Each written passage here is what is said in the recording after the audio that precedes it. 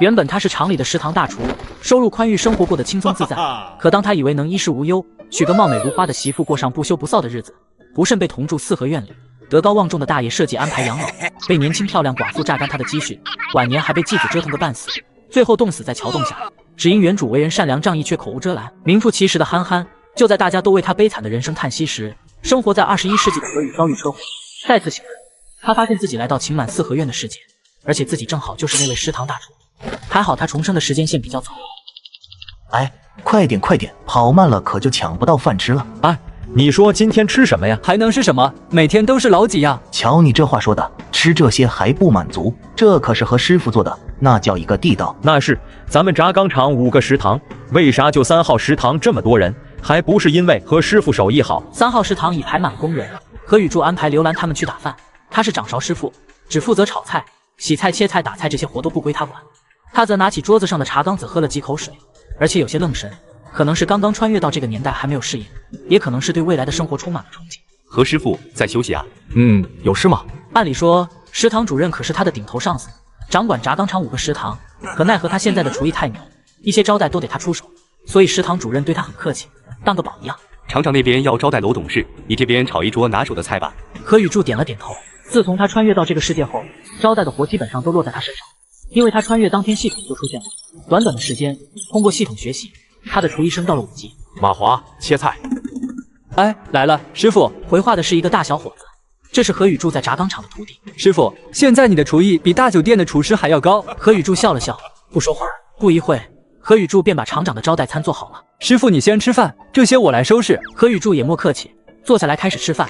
可饭刚吃几口，何宇柱便听到窗口处传来一阵骚动。刘兰，你什么意思？凭什么不给我打满？这贾东旭受其母亲贾张氏的影响，为人不咋地，抠门，爱占小便宜，心眼还小。何宇柱不得不放下手里的筷子，皱着眉头走了过去。怎么回事？什么怎么回事？你们食堂的人打饭颠勺，给我的菜少了一半。何宇柱看了一眼贾东旭的饭盒，是1勺的量。轧钢厂里每个工人打菜都是1饭勺，刘兰做的并没有什么错。爱吃吃，不吃滚。傻柱，你……他没想到在平日里闷不吭声的傻柱，竟然敢当着这么多人的面让他滚。和师傅让你滚你就滚，哪那么多废话？再不走俺就要捶你了，我们还等着打饭呢，前面的快点啊！贾东旭见状，只能撂下2句狠话离开了。何师傅再炒几个菜吧，厂长那边菜不够吃了。好的，宋主任。何宇柱放下手中的茶缸子，心思盘算着再添拿几个菜。按理说今天的招待菜做的也不少，应该够他们吃的，但他也不想那么多了，还是先炒菜吧。傻柱，你一会多炒几个菜呗。何宇柱转头瞥了他一眼，没有搭理。在3号食堂，他何宇柱可是班长，刘兰作为下属，竟然直呼他傻柱。他现在可不像之前那样任人开玩笑了。见何宇柱莫搭理自己，刘兰有些尴尬。何班长，你多炒几个菜吧，厂长招待人，吃剩下的菜肯定不好意思带走。何宇柱又看了他一眼，依旧没有说话。不一会，诱人的香味便飘满整个后厨。刘姐，你这是怎么了？哎，何班长做的菜太好吃了，那几道菜是别人要带走的。我原本还想从招待菜里面折点剩菜，结果发现盘子比脸都干净，也不知道厂长他们怎么吃的。这年头谁家都过得紧巴巴的，招待菜桌上剩下的是可以让食堂员工打包回家的。像刘兰之前就经常这样做。师傅，下班了。听到厂子里打铃，何宇柱才起身下班。他要回去这个堪比3国的四合院，那里又熟悉又陌生。原本他是厂里的食堂大厨，生活富裕过得轻松自在，可他以为娶一个漂亮媳妇后就能完美度过幸福的一生，不甚漂亮的媳妇带来几个孩子榨干他的积蓄，还被同住四合院里德高望重的大爷设计安排养老，晚年还被继子折腾个半死，最终还是逃不过凄凉的人生。当所有人都为他悲惨的人生叹息时，生活在21世纪的何宇遭遇车祸，再次醒来，他发现自己正好就是那位食堂大厨。何宇柱的家就住在中院，有2间房子，在四合院里，属于位置极好的。易中海在四合院里威望最高，收入也是最高，是轧钢厂的8级钳工。因为没有儿女，所以收了贾东旭当徒弟，套路他给自己养老送终。知道何宇柱有2间房子，便打起自己的算盘。傻柱，你过来，我跟你说点事。我叫何宇柱，不叫傻柱。平时在四合院里，傻柱的称呼被喊了很多年，原主善良不太介意，可现在这个何宇柱却是生活在21世纪的现代人，哪能让别人随意欺负？柱子，你过来，我跟你商量点事。我还有事，改天再说吧。但凡有好事，也落不到自己头上。想必这老狐狸打量着什么算盘。柱子，你别走呀！有你这样跟长辈说话的吗？何宇柱就当没听见一般，头也不回的走远了。在上一世，易中海先是培养贾东旭给他养老，可那个短命鬼结婚没几年就嗝屁了，然后他便把目光投向了何雨珠。现在贾东旭还没死，所以何雨珠心里也清楚，易中海找他准备好事。受了憋屈的易中海气呼呼的回了家。事情商量的怎么样了？傻柱有没有答应让出一间房子给东旭结婚呀？别提了，傻住这家伙都不给我开口的机会，说了没2句他就回家了。你是不是最近得罪他了？我记得他之前不是这样啊。没呀，不过傻住最近的却有些反常。你多想想办法，东旭明个就要相亲了，贾家就一间房子，结了婚总不能和贾张氏住一起吧？这多不方便呀！要不你找其他人问一问，看看有谁愿意把房子借给贾家。这年头谁愿意把自己的房子借出去啊？慢慢想办法吧。等明天我继续找傻柱商量，兴许他是这几天心情不好。全院要说有条件的，也就何家和他们家了。但易中海怎能同意把房子借出去？人情他想要，但是东西又不想给。另一边，何雨柱回到家，从系统空间里取出一颗大白菜，打算做一顿猪肉炖粉条。今天是周六，何雨柱的妹妹何雨水会放假回来住1天。提到这个妹妹，何雨柱有些感慨。在上一世，何雨水属于脑子被驴踢的那种，被秦怀如忽悠的团团转，甚至还算计自己的亲哥，让傻柱给寡妇拉帮套。不过自己穿越的时间比较靠前，何雨水年龄还不大，秦怀如也没有嫁进来。哥，我回来了。好香啊。哥，你做了什么呀？你来的还正好，去洗手吧，咱们开饭。好嘞。浸满汤汁的粉条美味十足，一小锅猪肉炖粉条被消灭得干干净净。哥，你厨艺似乎又厉害了。好吃，下回我再弄多点给你。第二天早上，院子站了不少人，还挺热闹。等我分配到工作了，我也找人说媳妇。那你可比不上哥们了。我妈前几天还说要给我介绍个相亲对象，那姑娘家老有钱了。你们说什么呢？谁家相亲啊？关你屁事！许大茂和何雨柱打小就不对付，两人每次起冲突，许大茂都是挨打的那个。给你一个重新组织语言的机会。你敢打我试试？打你怎么了？再废话还打你？我就不告诉你。今天贾东旭相亲，所以我们来看热闹。他有些畏惧这个四合院的战神。许大茂这么多年挨了多少拳头，刘光奇心里可太清楚。知道了。何雨柱挤进人群，扫了一眼贾家，看到来人面貌时，心里猛地一惊。这是13姨，不是还没有嫁人的秦怀茹。原来贾东旭今天的相亲对象就是秦怀茹呀。突然，一阵清脆的提示音在何雨柱的脑海中响起。检测到宿主情绪异常，触发系统任务，选择1，截胡秦怀茹，任务完成奖励肉票2斤，极品菜刀1把，2点魅力值。选择2，放弃系统任务，无任何惩罚。看着眼前只有自己能看到的任务面板，何雨柱不由得笑了笑。原本他是食堂大厨，收入丰厚，生活过得美滋滋。可当他以为娶了一个貌美如花的媳妇，就此对人生没有留下任何遗憾。不慎媳妇坦白自己的身世，原来自己的媳妇之前也当过别人的媳妇，而且买1送3，榨干他的积蓄。来自21世纪的何雨实在看不下去，穿越过来改写何雨柱的人生。上集说到，一大早院子站了不少人，何雨柱挤进人群，扫了一眼，发现秦家村的村花来贾家相亲。原主里的秦怀茹是一个不知道满足的吸血鬼，但是她对家庭和对孩子是真的好。贾东旭凉了以后，她一个女人去轧钢厂顶班，养活了一家老小。况且现在的秦怀茹还是一个黄花大闺女。何雨柱刚有拦截秦怀茹的念头，系统的任务。检测到宿主情绪异常，触发系统任务，选择1，截胡秦怀茹，任务完成奖励肉票2斤，极品菜刀1把，2点魅力值。选择2，放弃系统任务，无任何惩罚。选择1，我要改写何雨柱的人生。何雨柱打算在巷子口等秦怀茹，毕竟截胡这件事有些不太光彩，得低调一些，不然让贾张氏那个老钱婆知道，还不得闹翻天。同志，您能让一让吗？小伙子，你拦我们干啥？何雨柱看了眼媒婆，从兜里摸出5毛钱递了过去。我就说几句话。我是何雨柱，跟那个贾东旭是一个院子的，你叫秦怀茹吧？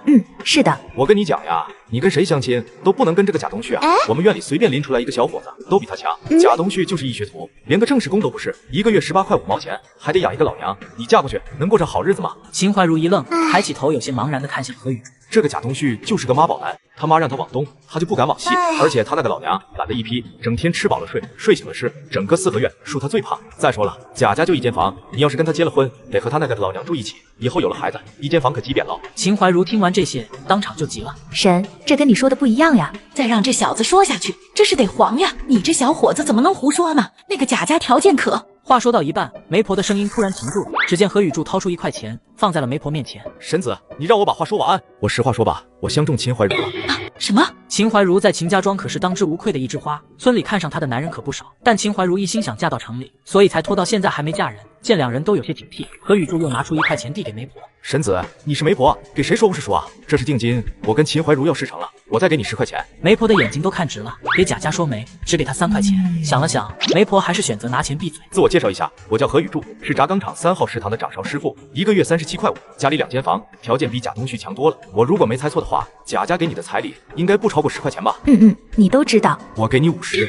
眼前这个人个头还行，长得倒是挺壮硕，比病恹恹的贾东旭强多了。而且这人还是个厨师，家里肯定不缺吃的，这条件的确比贾东旭好。同志，这不太好吧？我今天是和贾东旭相亲，咱们这样，秦家姑娘给谁相亲不是香呀？见秦怀如面露难色，一旁的媒婆着急了。比起抠抠搜搜的贾家，她自然愿意秦怀如和何雨柱成。50块钱的彩礼，一个城里的大厨愿意花50块钱娶一个乡下丫头，这说出去谁敢信？你就答应人家吧。但是我爸妈，你爸妈那边我去说，这个贾家抠抠搜搜就愿意给你10块钱彩礼，何雨柱同志却愿意给你50。神子走过的桥比你走过的路都多，你听神子的准没错。媒婆说完，便看向一旁的何雨柱。那啥，我先带秦家姑娘回去，你回去等消息吧。何雨柱看了眼秦怀如，点了点头。待何雨柱离开巷子口，媒婆也莫着急走，而是在巷子里找了几个人打听。这何雨柱是轧钢厂的食堂班长，你要是嫁给他，以后可等着享福吧。媒婆和秦怀如这下更放心了，于是打道回府，给秦家人一个回信。大婶子，这次相亲咋样呀？那个贾东旭相中咱们家怀如了吗？媒婆当即摆了摆手，把贾家的问题放大了好几倍，听得秦老二直皱眉。正当他忍不住想打断媒婆的时候，只听媒婆话锋一转，突然提到了何雨柱，把何雨柱的情况和承诺说了出来。一旁的秦母听到这些也开心坏了，秦老二当场拍桌答应了这件事。好，这件婚事就这样定下了。原本属于他的媳妇，却被一个来自21世纪的现在人截胡。然而这个食堂大厨原本娶的是寡妇，现在却是一个黄花大闺女，所有的事情都在食堂大厨掌握之中。此时的贾东旭正嘟囔着埋怨贾张氏，只因今天媒婆给他安排了一个非常好看的相亲对象，把贾东旭眼睛都看直了，现在还在神魂颠倒。妈，你怎么不留他们俩吃饭呀？这样显得咱们家多抠门。瞧你那没出息的样，咱们可是城里人，你也是轧钢厂的工人。她一个乡下丫头能嫁到咱们家，是他们祖坟冒了青烟，所以咱们得端着，说不定彩礼钱都省下来了。再说了，吃饭不得花钱呀，见一面就得了，还吃什么饭呀？妈，我看上他了，要是不对他好点，好了可咋整？谁知道那个媒婆给他说了几个，你说万一？什么万一？没什么万一，东旭你就放心吧，媒婆不敢这样做，她肯定是你媳妇。贾张氏觉得自己拿捏一个乡下小丫头可是轻轻松松。行吧。贾东旭点了点头，看了眼走进屋的易中海，突然想到了什么。妈，房子。他姨大爷的房子的事情办好了没？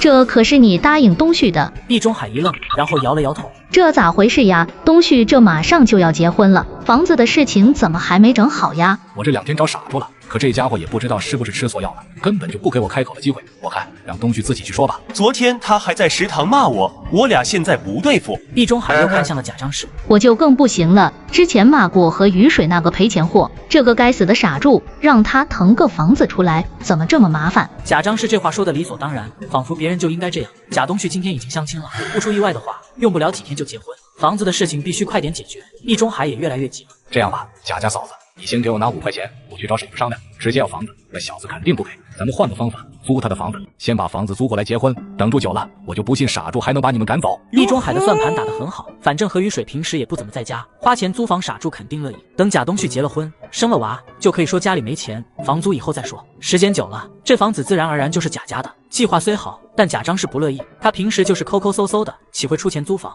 花钱？这怎么能花钱呀？我们家哪有钱？你是东旭的师傅，这件事就该你去操心。你先找傻柱那个家伙商量，他要是敢不腾房子，我再去他们家闹。要是把我惹急了，我直接套警在傻柱家门口，我看他怕不怕。何雨柱完成了截胡秦怀如任务，心里很开心，打算出去溜达溜达。这个时代娱乐项目很少，何雨柱打算在4、9城转一转，消磨一下时光。回来的时候去供销社买顿鱼干。恭喜宿主完成截胡秦怀如任务，奖励正在结算中。叮，奖励已存放在空间中，2点魅力值，是否立即使用？魅力值？这魅力值是什么东西？发布任务的时候，他还真没注意这个奖励。想了想，何雨柱选择了立即使用。立即使用，念头刚过，何雨柱便感觉自己的脸部开始发痒，用手摸了摸，并没有发现什么异常。半分钟后，脸上一痕消失。啊，这就没了。不过系统奖励的肉票倒是挺及时的，家里的肉正好吃完了，一会去供销社卖几斤。一直玩到下午5点多，何雨柱才拎着肉和菜返回四合院。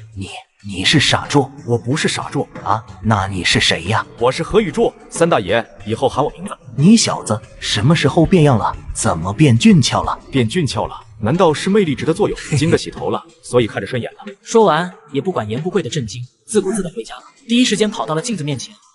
镜子里的自己比之前帅了好几个层次。之前的何雨柱有点显老，看起来比实际年龄大3、4岁。可现在呢，说他是18岁俊小伙都有人信。系统果然牛呀！我更期待接下来的生活了。易大爷给养老的徒弟找婚房，自己有房不愿意出，只惦记着借我妹妹的房。上集说到，易大爷培养贾东旭给他养老，贾张氏昨天就给儿子相亲了，就差一套婚房。要说全院有条件的，也就何家和易大爷家了。但易中海又怎能同意把房子借出去？人情他想要，但是东西又不想给。何雨柱从城镇回来，便开始准备晚饭，把腌好的五花肉放在烧热的铁锅里来回炒，香味顿时飘到院子里的每个角落。这味道真香呀！谁家做饭呢？炒得这么香，闻着像肉味，还能是谁呀？院里有这水平的，肯定是傻柱。傻柱最近厨艺大涨，厂子里的人都喜欢去他那个食堂打饭，去晚了都吃不到。哎呦，不行了，我得回家做饭了。这味道实在是太上头了。姨大妈正在熬玉米糊糊，闻着外面飘来的香味，下意识地看了眼易中海。傻柱是不是回来了？我咋闻着这么香啊？不会错了，肯定是这小子回来了，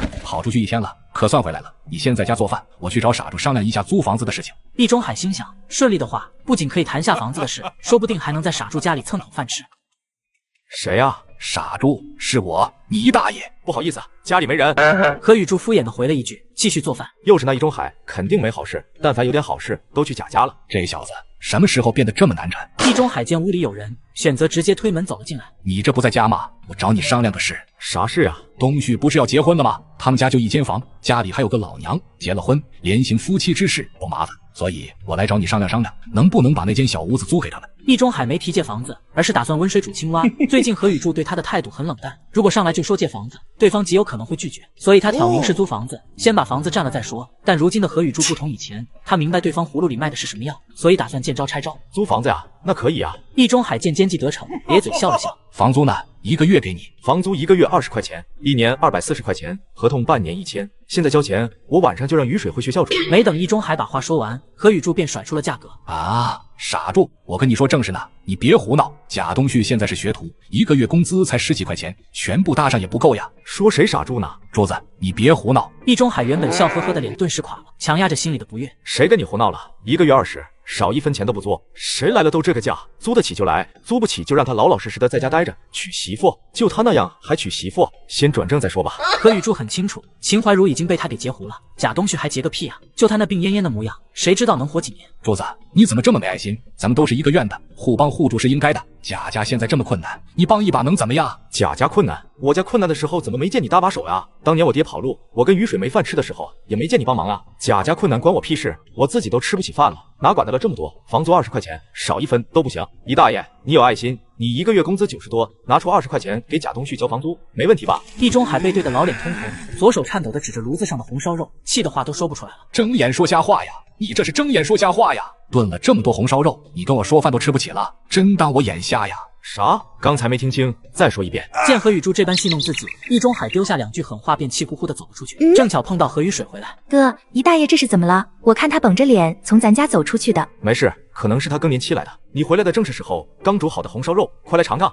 易中海给养老的徒弟找婚房，想以租房的名义私占何雨柱的房子。何雨柱明白对方葫芦里卖的是什么药，见招拆招，识破了易中海奸计。一大早，何雨柱就听到了一阵急促的敲门声，原来是给秦怀茹说媒的媒婆赵婶，这一大早跑来是找何雨柱商量提亲的事情。秦怀茹的父母都没意见，你提完亲就可以扯证办婚宴了。这年代的结婚效率挺高的呀。要知道在21世纪，自己被安排相亲，还得想尽办法的去追相亲对象，不然人家都不主动搭理你。哪像这年代，2人看对眼了，父母没意见就能直接领证，这种优良传统怎么就不延续下来？何雨柱留赵婶在家吃了个早饭，赵婶笑呵呵的从何雨柱家走了出来。可谁成想，刚来到院子里，便撞到了出门洗脸的贾张氏。赵婶心里一紧，低着头想躲过去，可贾张氏连忙喊住赵婶。哎，他婶子，你怎么来了？上次你带回来的那个乡下丫头怎么没动静了？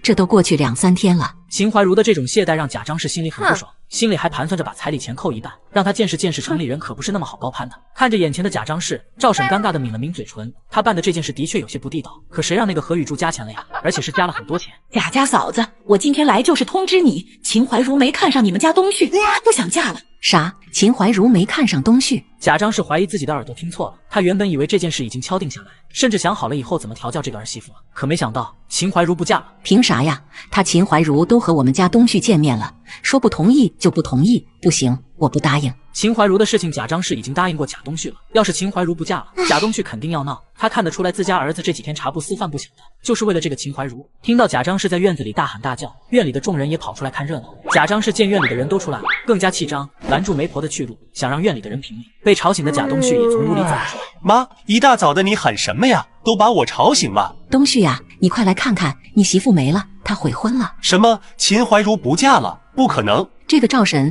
肯定是领着秦怀茹去相了好几个，不然就凭我家东旭这长相，秦怀茹凭什么看不上他？大家都来评评理，哪有领着人家姑娘到处相男人的？媒婆赵婶一听也急了，这是在凭空污蔑。当媒婆最重要的就是性欲，贾张氏这样说，已经断了赵婶的饭碗。贾家嫂子，饭可以乱吃，话可不能乱说。我带着秦怀茹只来过你们家，人家秦怀茹看不上贾东旭，还能怪我？而且瞧瞧你家都什么样，一家人就一间房，就算结了婚，他们小两口住哪？跟你这个老娘住一起吗？你家儿子病恹恹的，要是我也看不上。身为媒婆，那嘴皮子功夫必须得有。贾张氏被对了一顿，气得浑身直哆嗦，可偏偏他嘴笨，一时间找不到合适的话来反击。妈，我就要秦怀茹，我就要秦怀茹。你想要有个屁用？人家姑娘不答应，这事就成不了。再说了，你们俩只是相了个亲，见了个面，人家秦怀茹就必须嫁到你们家，人家到你家连一口水都没喝上。你们要是不乐意，我以后再给你们介绍一个不就得了？嚷嚷个什么呢？媒婆也不想把事情闹得太僵。贾张氏一听，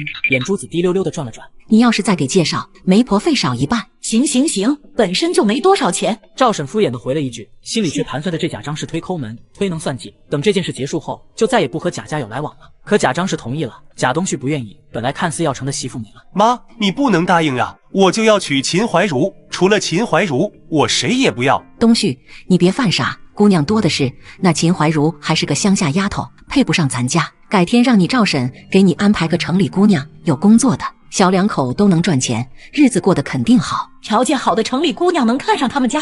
虽然贾张氏是城里人，但家里只有一间房，家里也只有贾东旭一个人挣钱，而且还是学徒，一个月10几块钱，还没有媒婆赵婶赚得多呢。可这些话赵婶不敢说出来，她担心贾张氏再次炸毛。易中海见院里的事情都解决了，挥手示意让大伙都散了。好了好了，散了散了。媒婆赵婶给贾东旭介绍一个对象，贾东旭一眼便相中了对方，几天茶不思饭不想的，说什么都要秦怀茹给他生几个大胖孩子。可没曾想秦怀茹悔婚了，因为他想把一生的幸福都托付给这位食堂大厨。这几天厂长在外拉投资，知道何雨柱厨艺了得，便带着他招待各大董事长。何雨柱凭借自己精湛的厨艺，彻底征服了在座的所有人，并得到厂长的高度认可。不但每次出来干私活会额外得到报酬，还升他为7级炊事员，工资涨到42块，再赠送一张自行车票。现在的何雨柱可谓春风得意，盘算着明天买一辆自行车就去秦家村提亲。这会正是吃晚饭的时候，姨大妈闻着这股子香味，肚子里的馋虫都被勾出来了。傻柱最近吃的越来越好了，可不是嘛？最近厂里的招待都是他来做，一个月光补贴都不少钱，而且最近刚升了7级炊事员，一个月工资40多块了。哎，咱们当初要是对他好点，让他给咱们养老也不错。傻柱手艺好，也没那么多麻烦事。当初之所以选择贾东旭，主要是看在师徒的关系。可金一中海没想到的是，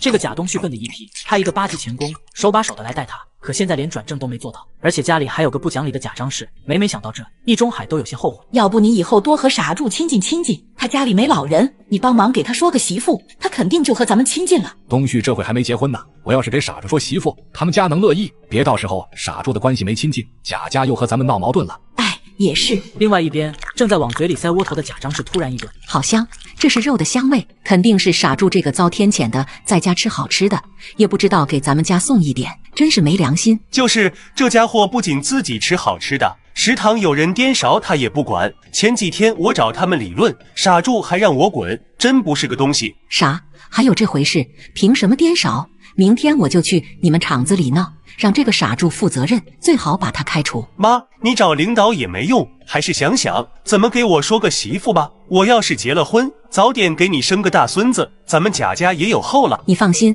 我明天就去催一催媒婆。第二天早上，何雨柱就去了百货大楼买了一辆最贵的自行车，在回来的路上吸引了不少人的注意。这不是轧钢厂的何师傅吗？都买新自行车了。这个是山鸟牌的吧？可贵了，小200块钱了。何师傅可真有钱，人家何师傅有本事，自行车票也能搞到。听着巷子里婶子和小媳妇们的对话，何雨柱没放在心上，谁家少了只鸡，谁家2口子吵架了，他们都非常清楚，自己这辆自行车来路没问题，无论是钱和票都是合规的，也不担心他们瞎聊。等来到四惠院，迎面便看到了三大爷严不贵的儿子严谢成。呀，柱子哥，你买自行车了，还是山鸟牌的，得比我家车子贵几十块钱。严谢成眼睛直勾勾的看着崭新的自行车，他们家倒是有一辆，可自家老爹可不舍得让他们骑。车子买来这么久，他一次都没碰过。这些年攒了点钱，有自行车也好找对象不是？严谢成赞同的点了点头。这年头山鸟牌自行车就像宝马一样，有自行车很好找对象。很快，整个四合院都知道何雨柱买了辆自行车。哎呀，这自行车可真新艳，真好看，真有本事！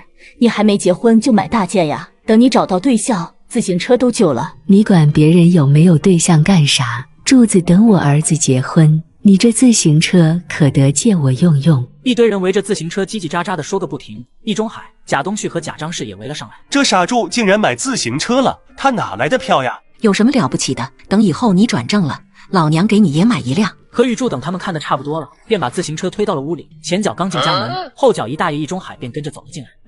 柱子，你这自行车哪来的呀？现在自行车票可不好找，你可不能犯错误呀。姨大爷，你就不能盼我点好呀？不就是自行车票吗？又不是很值钱的玩意，我怎么就不能有呀？那你这自行车票哪来的？听到这句话，何雨柱可算明白了，易中海这是来打听自行车票的。据他所知，易中海也想买自行车，但是轧钢厂每年就那么几张票，怎么也分不到他手上。我这票呀，是厂长给的。厂长给你的？这咋可能？他一个堂堂的8级钳工都分不到自行车票，厂长能把票给何雨柱？见易中海不信，何雨柱也没多解释，易中海便灰溜溜的走了。上一世就是这个貌美如花的寡妇榨干他的积蓄，这一世他决定用半年的工资买一辆自行车，亲自上门提亲。今天是何雨柱去秦家庄提亲的日子，他一大早就做好工厂食堂的饭菜，便请假直奔供销社。他买了2大袋的东西，然后骑上心爱的自行车赶去秦家庄。刚来到秦家庄村口，就看见正在等候的秦怀茹。呀，你买自行车了呀？真好看。上来，给我指路。秦怀茹低着头，有些害羞坐到自行车后面。长这么大，他还没坐过自行车呢。秦怀茹对何雨柱是越来越有好感了。哎，这不是小茹吗？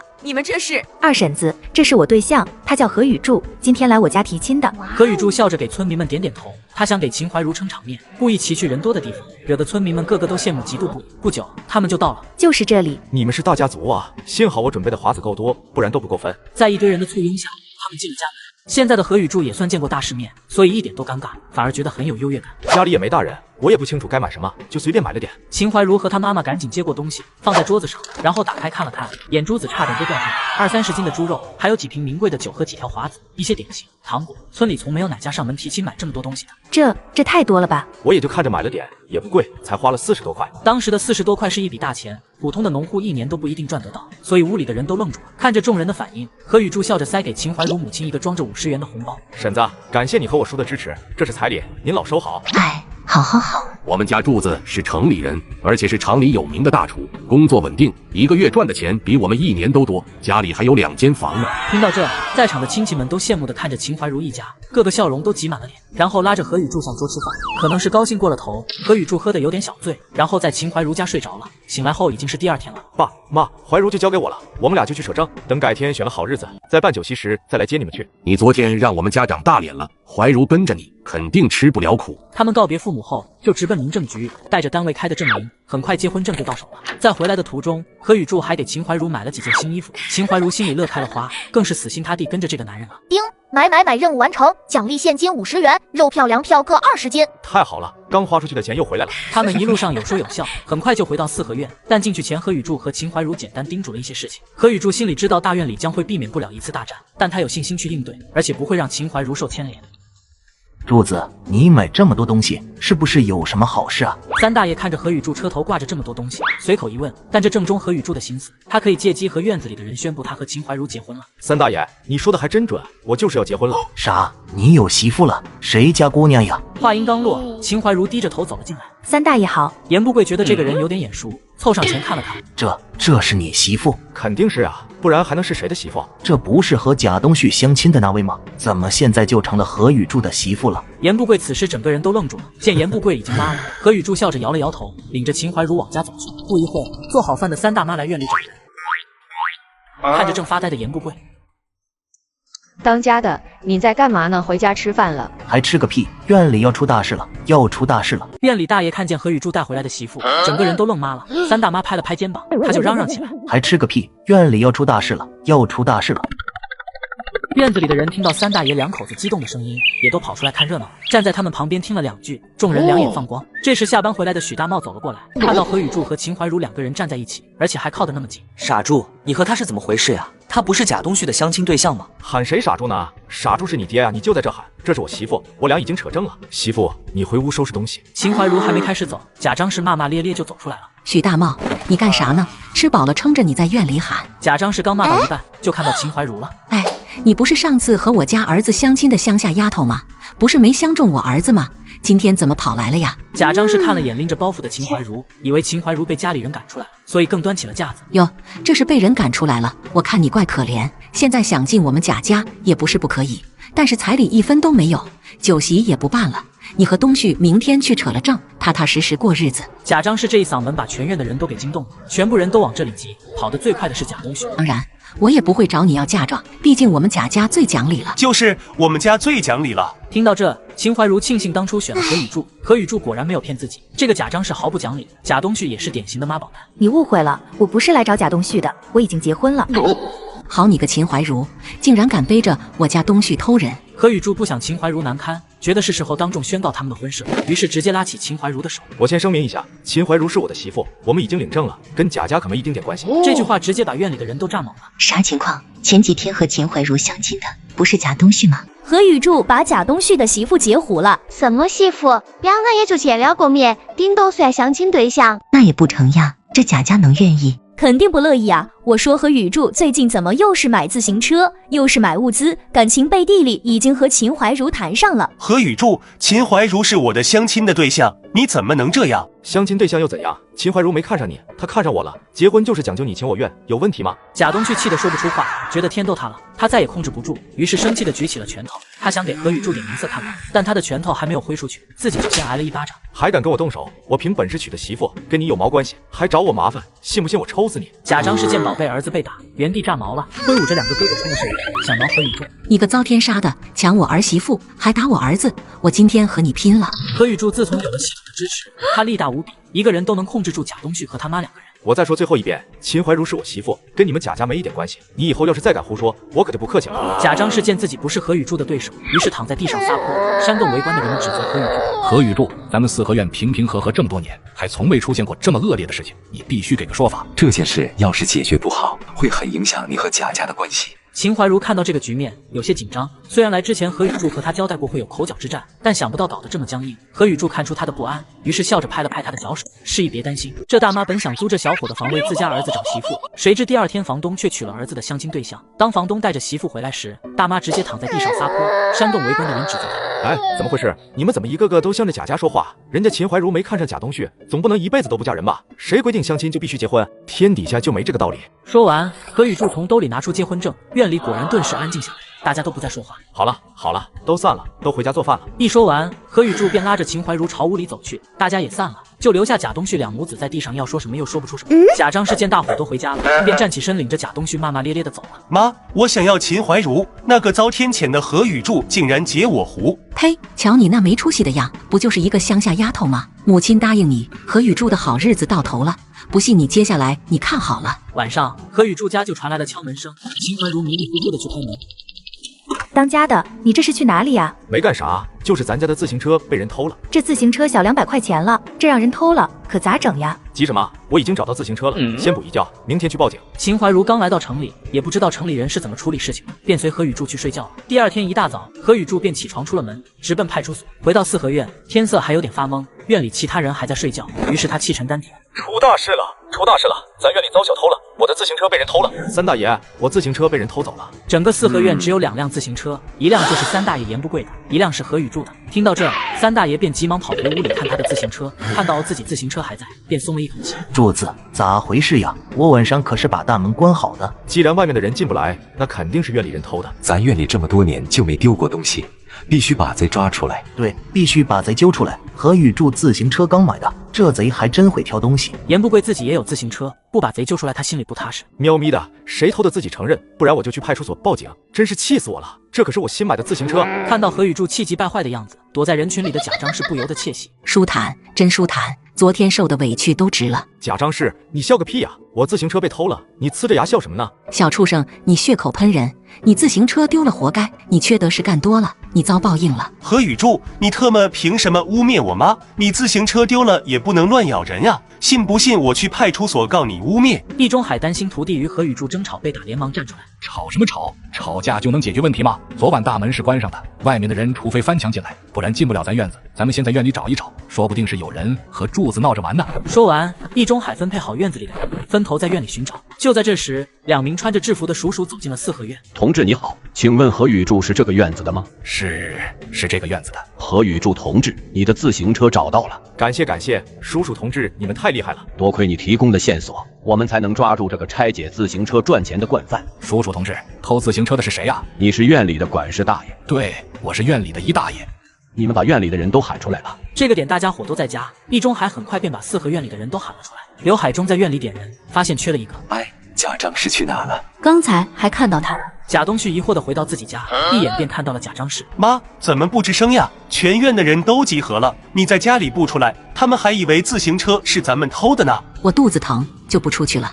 你快把门关上。莫名其妙的拒绝让贾东旭无奈地返回到院子里。我妈说她肚子疼，等会再出来。此话一出，引来了不少人的目光。你母亲叫什么名字？我妈叫张翠花。贾张氏和你什么关系？院里的人都喊我妈贾张氏。闻言，叔叔看了眼自己的同事，另一名叔叔心领神会，从腰间摸出一把银手镯，径直朝贾家走去。这小伙子明知道自个的自行车晚上被偷，却偏要睡醒了再去报警。第二天早上还让全院里的人帮忙找被偷的自行车。贾张氏躲在家里说肚子疼不肯出门。2名叔叔见状，从腰间摸出一把银手镯，径直朝贾家走去。很快，屋里便传来了贾张氏杀猪般的嚎叫声。随后，叔叔便押着贾张氏出来。干什么？干什么？我没偷东西，凭什么抓我？是何宇柱那个遭天杀的冤枉我。误会，肯定是误会。我妈怎么可能偷何宇柱的自行车呢？什么情况？真的是贾张氏偷的吗？估计是为了报复何宇柱吧。易中海见状也走了过去。叔叔同志，这里面是不是有什么误会？这时叔叔同志向院子门口招了一下手，门前2名叔叔押着二赖子，其中一个叔叔手里推着一辆崭新的自行车走了进来。没错，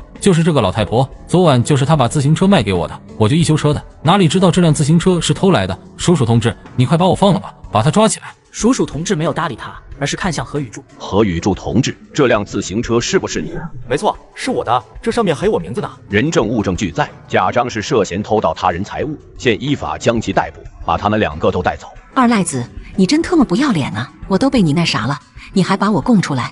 既然你不仁，就别怪我不义。叔叔同志，我要举报。我昨晚被二赖子霸王硬上弓。院里的众人听到这个消息直接炸了。什么玩意？哎呀妈呀！贾张氏都40多岁了，竟然被二撇子给别过。假的吧？二撇子要是那啥，为啥不去派出所报警呀？真丢人！以后出去我都不敢说贾张氏是咱们院的了。听着院里人的议论声，贾东旭只觉得自己脑袋轰的一声，眼前一黑，摔在地上。贾张氏把昨天发生的事情仔细的说了一遍，可听完贾张氏的解释，院里的人更疑惑，怎么听着像你情我愿呀？很明显，大家都不相信贾张氏的话，就连贾东旭也听不下去了，抽开腿，低着头回了屋。叔叔们商量了一下，打算直接把人带走。哎，真丢人呀！咱们院里竟然出了这么1号人物，贾东旭以后怕是找不到媳妇喽。四合院里的住户议论纷纷，有的感叹，有的庆幸。何宇柱则没参和讨论，把自行车推到自家门口，转身便回了屋。因为何宇柱昨晚就知道事情发生的一切，系统监测有人盗窃宿主财物，触发了任务。何宇柱紧跟其后，目睹了这事情的发生。第2天早上，何宇柱就听到有人敲门。贾东旭，找我干啥？你现在就跟我去派出所，把我妈弄出来。这话说的好像是我错了一样，抱歉，没空。我媳妇这会铺床呢，一会我俩还有事情做。你要不是因为你，我妈怎么可能被派出所带走？这件事你必须帮忙。求人这样的态度，给谁都不想搭理，还是我来吧。柱子，是我一大爷，出来谈谈吧。一大爷，你别喊了，事情已经发生了，不如就交给派出所处理吧。贾家现在不容易，老贾走了，他们家就剩他们娘俩了。贾张氏要是去做裁缝机，贾东旭这辈子也别想着娶媳妇了。你这是让贾家绝后呀！不愧是道德天尊易中海，上来就扣了个大帽子。大家都是邻居，你就不能大度一点？再说了，你自行车不是找回来了吗？我大度一点。如果我去你家偷东西，你能大度吗？当然。那好，那打金起，我天天去你家偷东西，每天都去，你不能去派出所报警哈。你易中海顿时语塞了，见何雨柱不能被道德绑架，只能换个策略。事情已经发生了，说孰对孰错已经没意义了。这样吧，我让贾家给你补偿。我的自行车买的时候是198元，给你抹个零，赔偿200吧。你怎么不去抢呀？那算了，这种事情讲究你情我愿，200太多了，要不减一点？既然姨大爷都开口了，那这个面子我必须给，赔我198元吧，我就不抹零了。易中海听到这句话，险些眼前一黑，被气晕过去。没事，你要是没钱，就别在我家门口狗叫，滚滚滚！易中海见何雨柱没商量的态度，只能让贾东旭回家翻译。最后还是把钱递给了何雨柱。何雨柱收到钱便骑自行车去派出所把贾张氏的案子扯。这大妈为了报复邻居截胡他儿子的相亲对象，晚上偷他的自行车去拆解，第二天被邻居举报逮捕。大妈儿子命令邻居去派出所撤销案件，邻居反手赚多一辆自行车。严富贵拎起水桶和渔具送到何雨柱家里去，迎面便撞见了贾张氏。贾张氏这么快就放出来了，我还以为会多关几天呢。三大爷，你手里拎这么多鱼，给我2条，反正你家吃不完。说完便抄起袖子准备抓鱼。贾张氏被拘的这几天都快馋死了，在里面别说吃肉了，连吃饱都是奢望。哎，你干嘛呢？什么干嘛呀？不就是要2条鱼吗？你这么抠门干什么？这不是我的鱼，是何雨柱的。傻柱的鱼，那更应该给我了。这个遭天杀的把我害那么惨，补偿我几条鱼怎么了？你别废话，快把鱼给我。贾张氏不死心，扑上来打算抢鱼。贾张氏怎么这么不要脸呀？要鱼不成上手抢，你要是想吃鱼，自己去买，抢别人的干啥？什么抢？我要他的鱼是看得起他，做人就不能真自私。大家都是一个院子的，分给我几条鱼能死呀？几天没见，你脸皮变得更厚了。老严，桶里这么多鱼，分贾家1条怎么了？反正这鱼是河里钓的，没花钱。要我说呀，把鱼分出去，大家伙都高兴，也有助于咱们院里的团结。原本以为贾张氏已经够不要脸了，没想到易中海这个家伙更过分。这说的是人话吗？今天要是开了这个先例，以后自己出去钓的鱼，岂不是都得分1分？就在这时，何雨柱回来了，严不贵便把事情简单的叙述了一下。不就是分鱼吗？多大点事？算你小子识相，你害得我被派出所抓走，补偿我几条鱼是应该的。贾张氏边说边伸手去抓鱼。别急啊，你听我把话说完。分鱼可以，大家都是街坊邻居的，但你也得分点东西吧？你这些年做了不少布鞋吧？拿出来给大家伙分一分，我多了不要，给我2双就行。反正你那些布鞋都是自己做的，没花钱。还有你，姨大爷，我听说姨大妈做衣服的手艺不错，不如让姨大妈给咱们院里的美人做2身衣服吧。反正做衣服又不花钱。桌子，瞧你这话说的，分鱼和做衣服能一样吗？鱼反正是你的，你不想分，我们也不能怎么着你。分？我没说不分鱼啊，只要你让姨大妈给全园的人做衣服，我就把鱼分给大家伙。您可是咱们院里的姨大爷，不得做个表率吗？哼，我没空跟你扯嘴皮。这天没法聊了，易中海脸皮抽了抽，扭头回家了。贾张氏见易中海也灰溜溜的走。柱子，你这张嘴什么时候变得这么厉害了？嗨，兔子急了还咬人呢。不说了，我得回家做饭了。另一边，许大茂骑着严富贵的自行车，载着相亲对象娄小娥来到了4合院。许大茂这个人很会撩妹，一路上都给娄小娥吹牛。刚进门不久，许大茂便遇到了何雨柱。傻柱，我今天去相亲了，这是我的相亲对象娄小娥，城里的姑娘，家里很有钱。没事在我面前显摆，待会让你好看。许大茂，这不是三大爷的自行车吗？你怎么还骑着？不怕三大爷找你加钱啊？这好比小伙借朋友的宝马去撩妹，结果遇到熟人，被揭穿宝马车借来的。何雨柱，你给我滚！哥又不是买不起自行车，只是今天凑巧骑了三大爷的车子。许大茂，你那玩意治好了吗？你就相亲？许大茂心里一紧，自己的那个玩意除了短了点也没什么毛病呀。你别特么胡说，哥健康着。谁胡说了？许大茂，你的不孕不育治好了，有病就得治，改天早点去医院看一下吧。何雨柱，你才不孕不育呢！你再敢胡说，信不信我揍你丫的！小娥，你别听他胡说，他就一臭伙夫，整天胡咧咧。瞧我这眼神，没看到这位女同志？同志啊，我刚才跟许大茂开玩笑呢，许大茂没有不孕不育，真的，他真的没有不孕不育，你要相信我。说完，何雨柱便走回家里。小伙用借来的自行车搭着相亲对象显摆给邻居看，不料相亲对象回家时要邻居送他回去。小娥，这个傻柱脑子有问题，以后咱们不搭理他。这该死的何雨柱把贾东旭的相亲对象截胡了，可别把自己的相亲对象给搅和黄了。两人在屋里聊了会天，娄小娥便提出了要回家。为了避免遇到烦人的何雨柱和三大爷，许大茂骑着自行车便又被相亲。哎，你慢点。放心吧，小娥，我这骑车技术，话还没说完，许大茂突然看到一桶水还泼了上来。好巧不巧的，怎么还泼到人了？哟，这不许大茂吗？怎么躺地上了？你不会骑自行车就别逞强，这要是被三大爷看到，还不得心疼死？都特喵的怪贾张氏，我骑得好好的，他一盆水就泼了过来，为了躲开，我一下就栽倒了。贾张氏干的。许大茂，我要是你，我就去找贾张氏算账。拱完火的何雨柱也不着急回家了，不出意外的话，一会就能看热闹。贾张氏，你给我出来！许大茂，你干什么呢？姨大爷，你得给我做主呀！贾张氏往我身上泼刷锅水，导致我摔车了。你看看，他连门都不开。许大茂，你别血口喷人！我妈一直在家睡觉，什么时候往你身上泼水了？什么玩意？贾东旭，你给我滚一边去！让你妈出来！老钱婆，敢做不敢当，窝在家里当缩头乌龟，算怎么回事？快给老子滚出来！许大茂，别以为我不敢打你，你再胡说，我就对你不客气了。正当两人谈的时候，贾张氏从屋里跑了出来。许大茂，你敢动我儿子，我跟你拼了！许大茂，你快住手！大家都是一个院里的邻居，有什么矛盾不能和平解决？何雨柱，你快把人拉开！何雨柱，你站那么远干什么？还不快来帮忙！打得好好的，我哪能上手呀？许大茂看我不顺眼，我去拉架，他万一把我当成帮架的，拿我一顿可咋整？要我说，还得您去，您是院里的姨大爷，他再怎么打也不敢打你啊！地中海见使唤不动何雨柱，便跑到前院去喊人了。那个何师傅，你能送我回家吗？你认识我？你之前去我家做过饭，味道很好吃，我记得你。不行不行，你是许大茂对象，我送你回去算怎么回事？这何雨柱之前就截胡了贾东旭的对象，是有磕的。别，小娥，别让他送你，大家伙特么不是好人，你离他远一点。你才不是好人，爱吹牛，还骂人打人，而且身体好像也不行，讨厌你。何师傅，你就送我回家吧。行吧，我回去骑车。何师傅，那个许大茂真的有不孕不育吗？那当然是真的，许大茂不行，生不了孩子。何雨柱看过原剧，虽然不知道该怎么向娄小娥解释，但许大茂不孕不育确实是真的。哦，谢谢你呀。小伙带着相亲对象显摆给邻居看，邻居却把小伙的相亲对象送回家。小伙为了报复邻居，让他买下朋友的6只小猪仔。何雨柱，我听说前几天你给厂子里供了几百斤猪肉，我这里有朋友养猪的，可以介绍给你，多一条门路，多一份收益嘛。没兴趣。我实话给你说吧，我一个养猪的兄弟家里出了点事，急用钱，所以他手上的猪仔着急出手，我也就是手上没钱，不然这种好事还能落在你头上。何雨柱最近也有买猪仔的心思，可一直没找到合适的卖家。许大茂，昨天我才把你相亲对象送回家，你一点都不生气，不是想什么歪主意报复我的吧？相亲对象又没有答应跟我处呢，咱俩关系就是普通朋友而已。你看我是这么小气的吗？更何况现在我和你谈的是生意，你情我愿的事情。何雨柱少在我面前嘚瑟，只要你下了这个坑，你就全完了。猪仔什么样的价格呀？6毛钱一斤，但必须一次性付钱。6毛？这么便宜，猪不会有问题吧？怎么可能有问题？你把心放肚子里吧，如果有问题，你大可以不要，等下班了我带你去看一看。行吧，下班去看看。一下班，许大茂便带着何雨柱往他朋友张大河家里走去。三人简单聊了几句，就直奔主题。何雨柱便来到猪圈检查了一下猪仔的情况，一共6只，养得又肥又白。何雨柱还是怕有猫腻，于是又一次和张大河确定价钱。确定是1斤6毛钱是吧？以后可别反悔。我张大河做事绝不反悔，我家里着急用钱，亏本也得卖。何雨柱见他这么说了，也就痛快的签了字并付了钱。他认为反正这档买卖肯定是稳赚不亏的，这次必须要让何雨柱赔得连裤衩都没有。何雨柱和张大河很不解地看着许大茂，许大茂看到投来异样的眼光也就收敛起来。接下来的几天，许大茂心情都非常好，时不时都去市场打听猪肉的价格。今天一下班就来到肉档前，老板，今天猪肉啥价？1块1毛钱一斤，你买不买？不买别种问。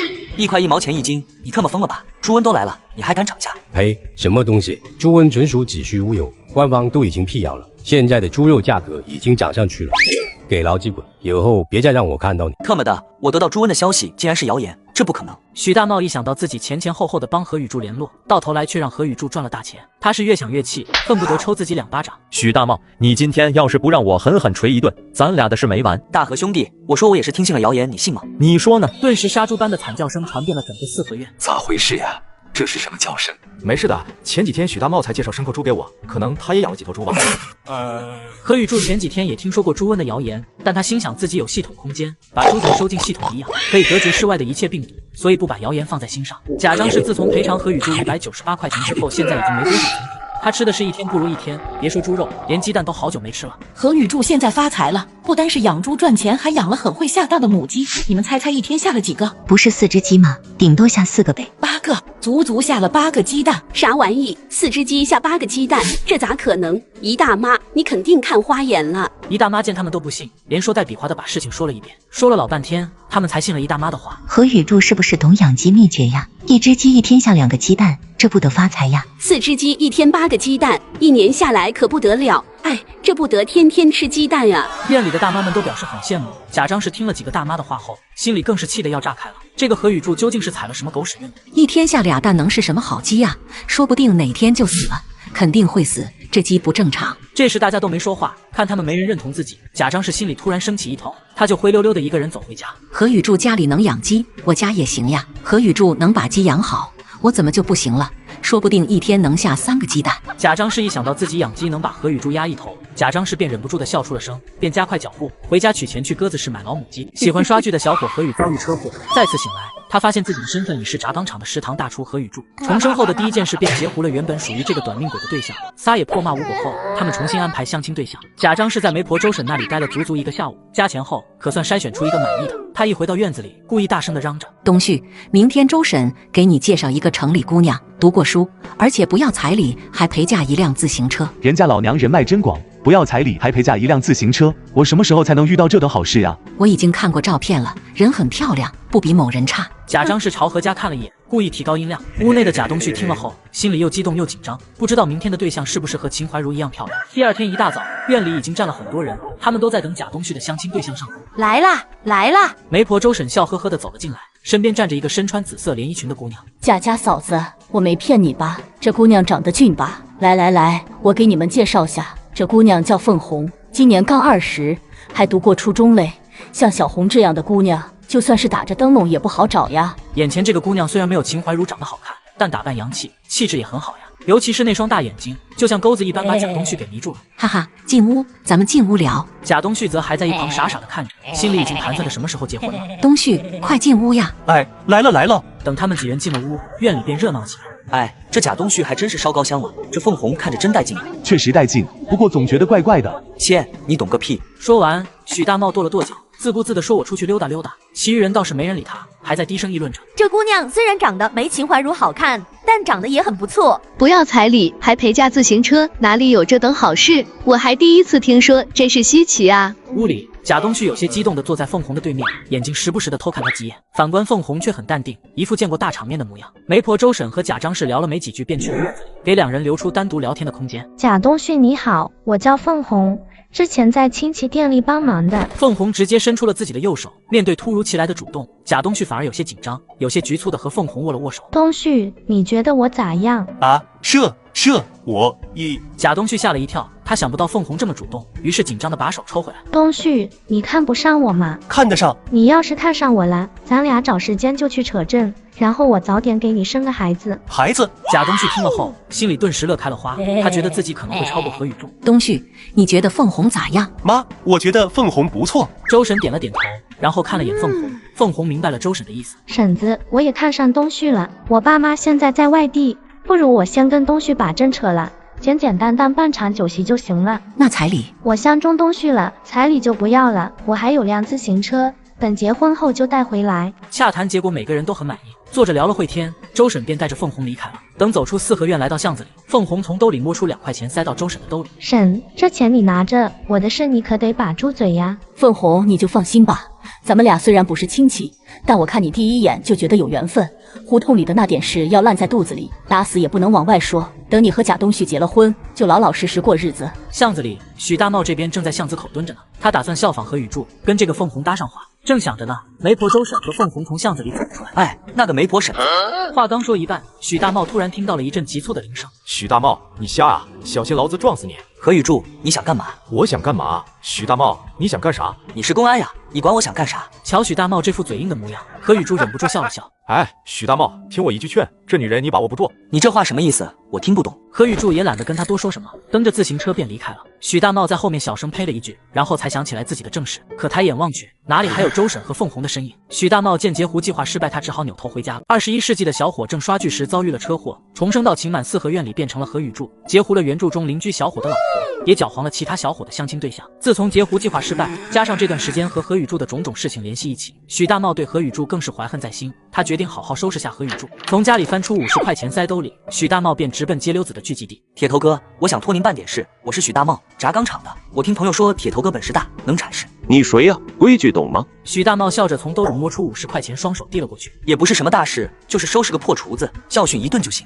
哎呦，还挺上道，说说吧，让我听听是怎么个事。许大茂和铁头哥交代了事情的来龙去脉，然后蹲点在路边等着何雨柱。大约1小时后，何雨柱骑着自行车悠哉悠哉地走在路上，身后的秦怀茹则兴奋地跟他聊着天。铁头哥，他们来了，就骑自行车那小子。走，兄弟们，忙完回去喝酒。许大茂见状，小心地躲了起来，担心被何雨柱看到。很快，何雨柱的自行车便被铁头拦了下来，4、5个摇头晃脑的街溜子把他们围住，一副老子要扁你的模样。何雨柱有些意外地看了他们一眼，停下车子。怎么着，哥几个缺钱花了？开什么玩笑，我是有原则的，不干抢劫的事。实话告诉你，有人看你不爽，托我们给你点教训，让你娘们滚一边去，我们只收拾你。哟，这街溜子还特么挺有规矩，不打女人。媳妇，你先去一边看着，我怕揍他们的时候误伤到你。秦怀茹听后赶紧躲到一边去，然后担心地看着何雨柱。兄弟们，给我上！大哥，别打了，别打了，我们知道错了。一句知道错了就能解决问题吗？道歉有用的话，还要公安干什么？大铁头见状心里一凉，知道眼前的何雨柱没那么好。大哥，我错了，是兄弟我有眼不识泰山，您想怎么解决呢？你这家伙也不算坏头，起码知道不打女人。我也不为难你们，谁找的你们？你今天把他狠狠地收拾一顿，要是收拾的不够狠，我会来找你。说完，何雨柱便对秦怀茹招了招手，两个人骑着自行车悠哉悠哉地走远了。大铁头也是看着何雨柱的身影走远，这才敢回头，然后一行人气势汹汹地朝许大茂的方向奔了过去。兄弟们，给我上！另一边，何雨柱骑着自行车返回了四合院。刚一进中院，何雨柱看到贾张氏坐在屋门口盯着自己。贾张氏之前看到自己，嘴皮子都得动2下，小声骂一句。可今天贾张氏却没这样干，这老钱婆不会又作妖了吧？正当秦怀茹要开门的时候，何雨柱发现不对劲了，他们家的门锁被人动过。秦怀茹则没察觉到不对劲，因为走的时候是何雨柱锁的门。一想到贾张氏刚才心虚的模样，何雨柱就觉得不踏实。当家的怎么了呀？秦怀茹见何雨柱站在衣柜前没动静了，于是好奇地走了过来。她赶紧把大裤衩子收进了系统空间。没什么，这不是快暖和了吗？我看衣柜没什么衣服，改天咱们去买点春天的衣服。当家的别买衣服了，还有新衣服没穿呢。说完，何雨柱便溜达着来到了院子里。贾张氏此时还在盯着他们家，见何雨柱出来，便连忙低下头装作那鞋底。何雨柱意味深长地看了他一眼，原来这老钱婆给我摆了一道，我该如何反制这家伙一把？正当他琢磨怎么反坑的时候，余光一瞥，看到了一个一瘸一拐的人走进四合院。哈哈哈哈哈！笑死我了！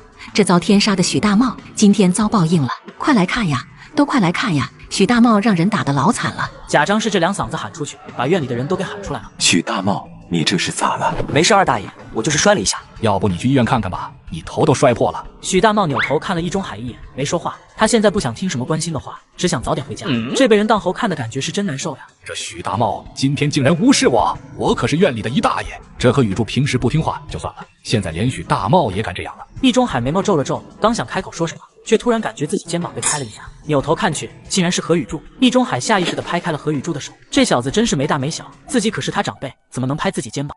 大妈把自己的老坛裤衩藏在邻居小伙衣柜里，邻居小伙发现后要大妈赔偿精神损失费。管事大爷替大妈赔偿时，在口袋里摸出一条裤衩。上集说到，许大茂去街溜子的聚集地，找人给何雨柱点教训，谁知自食其果，回到四合院后被人当猴看，心里挺难受。许大茂，一大爷给你说话呢，没听到吗？你有什么委屈就说出来，我身为你的好兄弟，肯定会帮你的。不如我先帮你报警吧。他怎么可能报警？真要是把大铁头他们查出来，自己也得倒霉。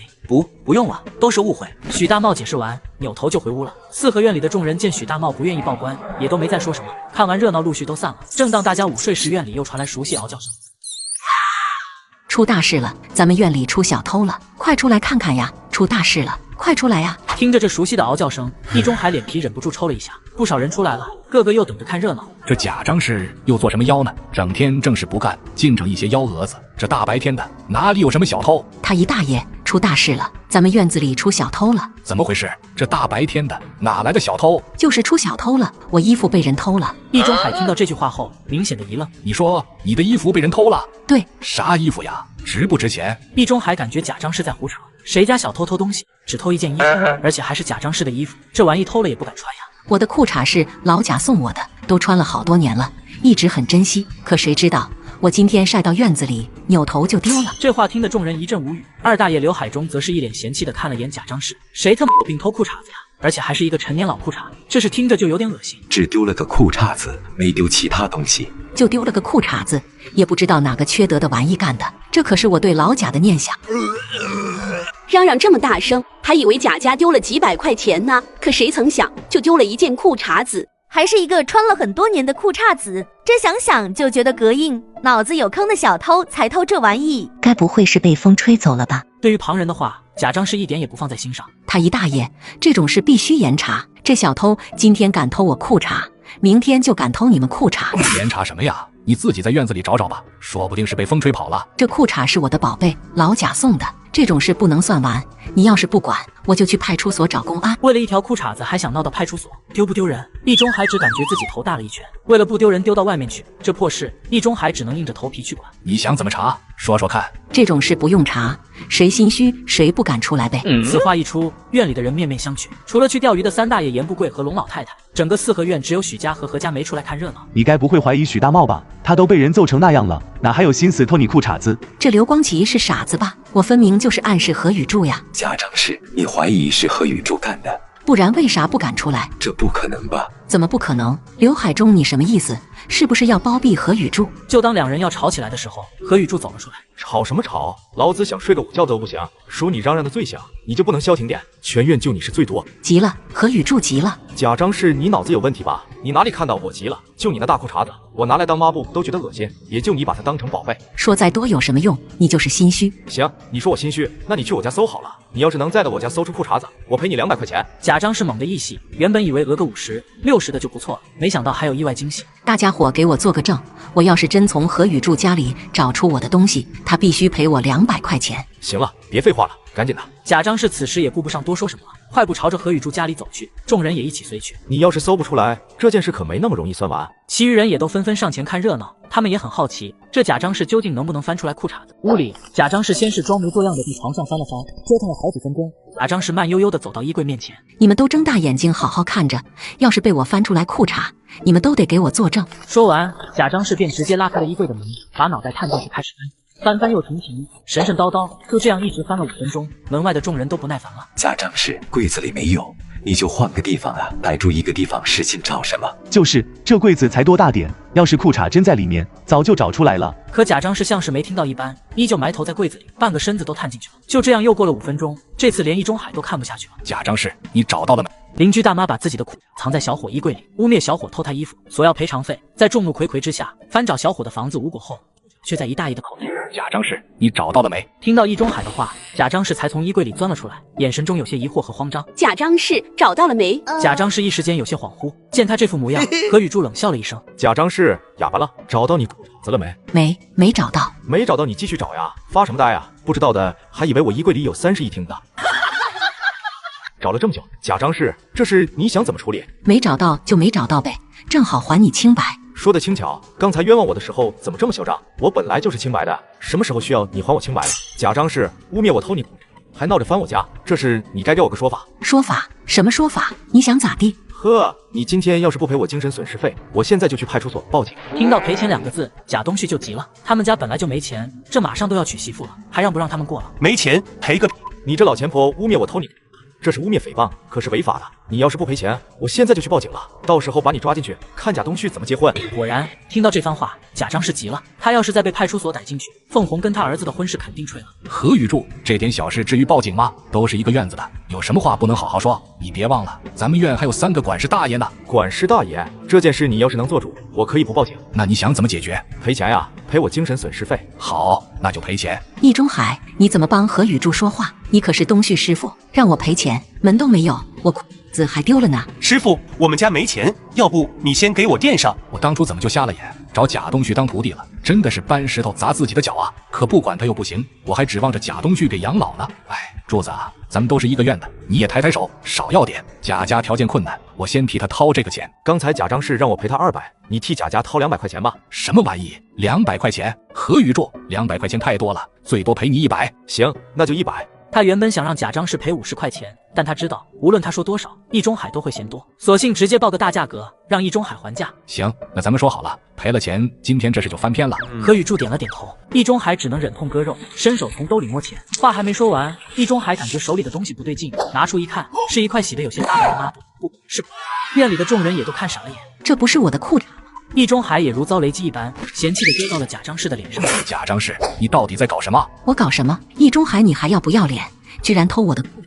我早就觉得你看我的眼神不对，没想到你竟然是这种人。这怎么在我兜里了？老易，你身为院里的一大爷，怎么能做出这种事？不是我干的呀，肯定是贾张氏陷害我。你别血口喷人，明明就是你偷的。贾张氏这回又支棱起来了，坑不到何雨柱，坑易中海也行呀，只要能坑到钱，坑谁都无所谓。至于自己的什么在易中海的兜里，贾张氏也不清楚，这明明是放到衣柜里面的呀。胡说，你胡说！你这遭天的易中海，你对我有意思就直说呀，偷我干什么？老易，你身为咱们院里的一大爷，这事可得说清楚。滚一边去！不是我偷的。一大爷，您的人品大家伙可都知道，这又没长腿，是不是别人塞你兜里的？何雨柱，你什么意思？完蛋玩意，你滚一边去！雨柱，你是不是跟易中海是一伙的？这子是从易中海兜里翻出来的，总不能是我塞的吧？来，你给我塞一个看看。都给我住手！贾张氏，说吧，你想怎么样？我要你给我赔礼道歉，赔偿我的精神损失。这贾张氏倒是挺精明，直接现学现用。易中海脸色很难看，这次真是丢大人了。贾张氏，咱们两家关系可不远，我平时也没少帮你们家。那又怎么样？你偷我就得赔偿我精神损失费。行，直说吧，你想要多少钱？100块钱。易中海脸色一沉，他现在已经100%确定，这就是一场针对自己的阴谋。贾家没钱给贾东旭办婚礼，所以把主意打到自己头上。行，给你。不一会，易中海便拿着一叠毛票从屋里走了出来，倒没有直接给贾张氏，而是走到贾东旭面前。东旭，这里是100块钱。说话的时候，易中海死死地盯着贾东旭，想从他嘴里听点别的话。可贾东旭嘴唇张了张，还没来得及开口，这钱就被贾张氏给抢了过去。好了，这件事结束了，我原谅你了。说完，贾张氏乐呵呵地想把钱塞进裤兜里，可还没高兴2秒，这钱便被何雨柱一把抓了过去。何雨柱，你敢抢钱？瞧您这记性，你还欠我100块钱精神损失费呢。你的精神损失费易中海替我们出，你找他去呀，快把钱给我。你现在问一问，一大爷还替你家出钱吗？这是你们贾家的事，我凭什么出钱？此话一出，贾张氏直接傻眼了，对着何雨柱和易中海骂骂咧咧，但两人默契的不搭理他，一个个转身回屋了。院里的众人见热闹已经结束，也纷纷散去了，只留下贾张氏在院子里骂骂咧咧。你敢信四合院的小伙结婚办酒席，但吃席却没有他们的份。何雨柱家突然传来了急促的敲门声。三大爷，你们这是？何雨柱眉头微皱，自家门口站了很多人，为首的是三大爷严不贵。嘘，进去说，进去说。这到底是怎么了呀？三大爷，你脸色怎么那么难看？严不贵还没开口，一旁的三大妈先抢先一步。哎呦，别提了，我们快被贾家逼死了。贾张是什么时候这样牛逼，能把这么多人？这时严不贵忍不住了，压低声音：今天贾张是把全院通知了一遍，邀请所有人来吃酒席。咱们全院几十户，80多口人呢。他想办就办呗，你们怎么一个个像吃了苦瓜的脸？贾张氏这是明摆着要坑我们，只收份子钱，不准备酒席。不是，你们怎么知道的？哪能不知道？他明天办酒席，今天一点动静也没有，食材没买，桌椅板凳没借，他明天办个屁酒席啊！在那个年代，吃穿都比较紧缺，每家每户办酒席都得去邻居家借桌椅、碗筷、盘子啥的，不然一家人肯定凑不出这么多东西。你三大爷想了个法子，不过得柱子你配合配合。需要我怎么配合啊？行啊，我没啥意见，不过我只负责掌勺。贾家要是来找麻烦，你们得出面。众人闻言当即答应了。贾家要是敢来闹事，他们肯定出面收拾贾张氏，然后大家都放心回家了。很快就到了第二天早上，天还没亮，又一阵急促的敲门声把何雨柱吵醒了。三大爷，起这么早呀？哎呦，你怎么还没起床呀？快点穿衣服跟我去买东西，这去晚了就买不到新鲜的了。不一会的功夫，两人一人一辆自行车回到了四合院。他们采购了不少东西，2辆自行车差点带不完。等他们回到时，天已经亮了，大家都在院子里洗漱，当然贾张氏也在其中。昨天邀请他们来吃酒席，今天大伙们自己就忙起来了，大家挺给面子嘛。这回东旭和凤红的婚礼够风光了吧？想到这，贾张氏心情便激动了起来，主动和院里的人打招呼。老严，你这一大早的去买什么了？买点肉和菜，中午做喜，这喜宴怎么说也得丰盛些，所以今天让柱子来掌勺。好，那你们忙，我回屋催东旭。严不贵揣着纸和笔来到中院八仙桌前，熟练地坐了下来。三大爷早呀！早，你先去忙，不用管我。贾东旭从自家老娘那里听说了众人筹钱给他办酒席的事，所以才那么热情又自信地和严不贵打招呼。然后他骑上陪嫁的旧自行车出了四合院。不一会，贾东旭搭着凤红回到院里时，小孩们跑了出来。新娘子来喽！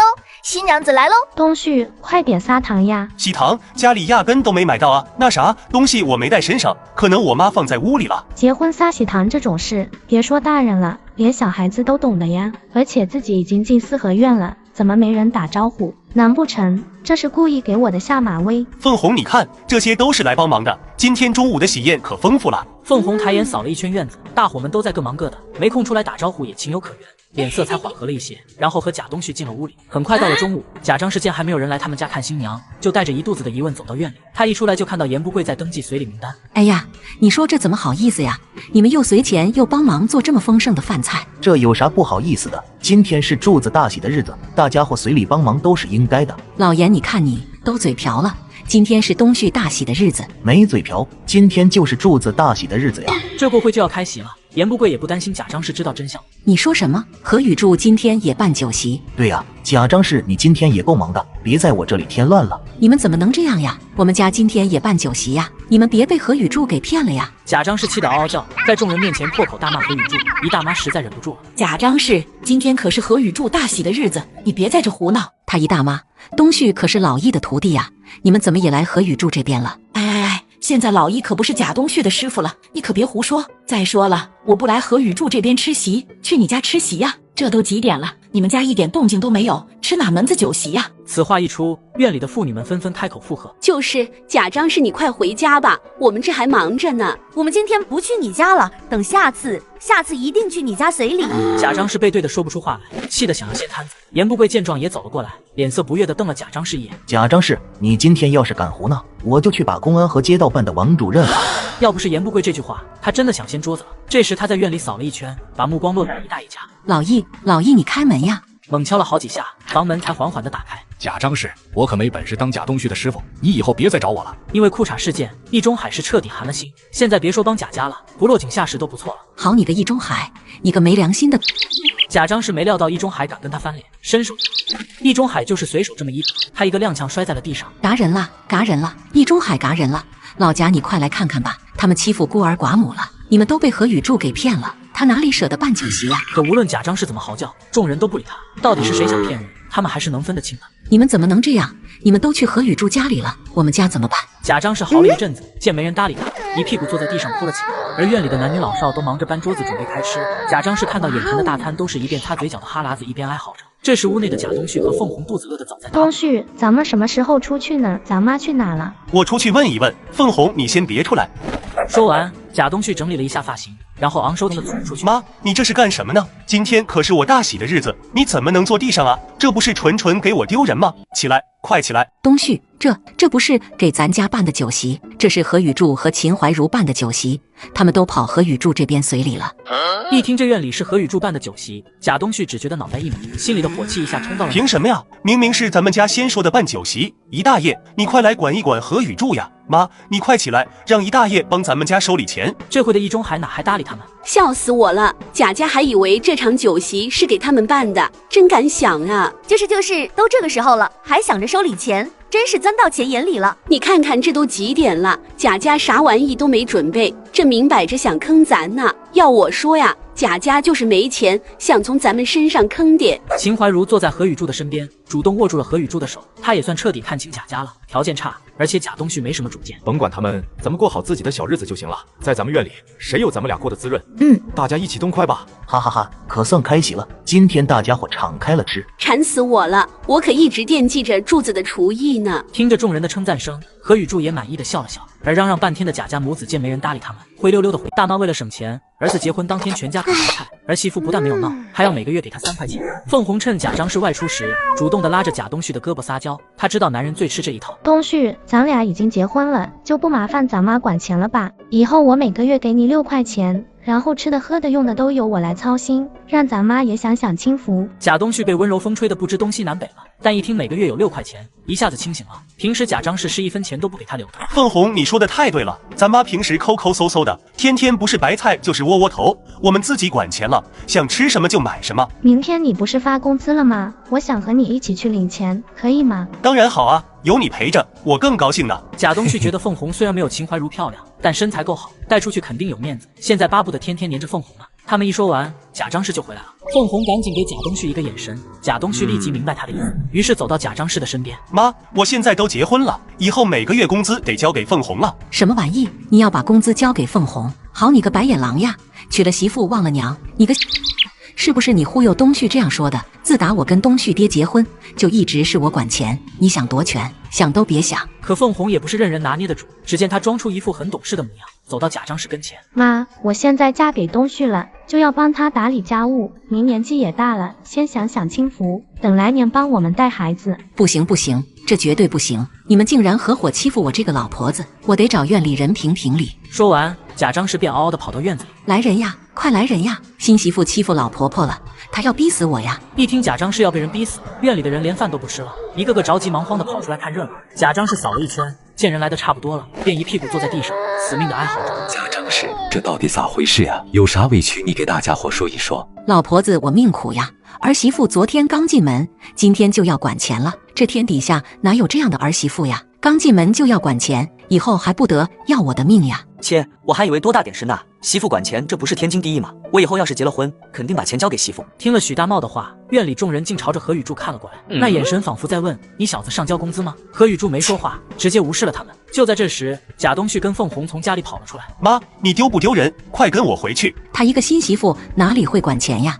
这钱要是交到他手里，早晚败坏光。你个没良心的白眼狼，娶了媳妇忘了娘，人家何雨柱结婚也没见把钱交到媳妇手里呀。何雨柱无语了，自己又没招惹谁，这贾张氏拿自己当例子干啥？要我说啊，贾张是你还是别管钱了。你管钱的时候，我东旭兄弟是真穷呀，裤袋每天都是空空的。我觉得何雨柱说的有道理，你看贾东旭瘦得跟竹竿似的，贾张氏却吃得肥头大耳，肯定背着贾东旭偷吃东西了。贾张氏有管钱的能力吗？办个酒席都办不明白，人家都开席了，他这边菜都没买。要我说，你还是把钱交给儿媳妇管吧，你这个还能享个清福。因为办酒席坑人的原因，院里不少人同意何雨柱的说法，他们都想看贾张氏气急败坏的模样。这个年轻人成家后也得为自己父母着想吧。贾东旭，你管钱没问题，但你每个月得给老娘一些养老钱吧。老刘说的有道理，咱们四合院可是模范四合院，尊老爱幼是最基本的传统美德。贾东旭媳妇管钱也说得过去，但你得赡养自己老娘。反观易中海，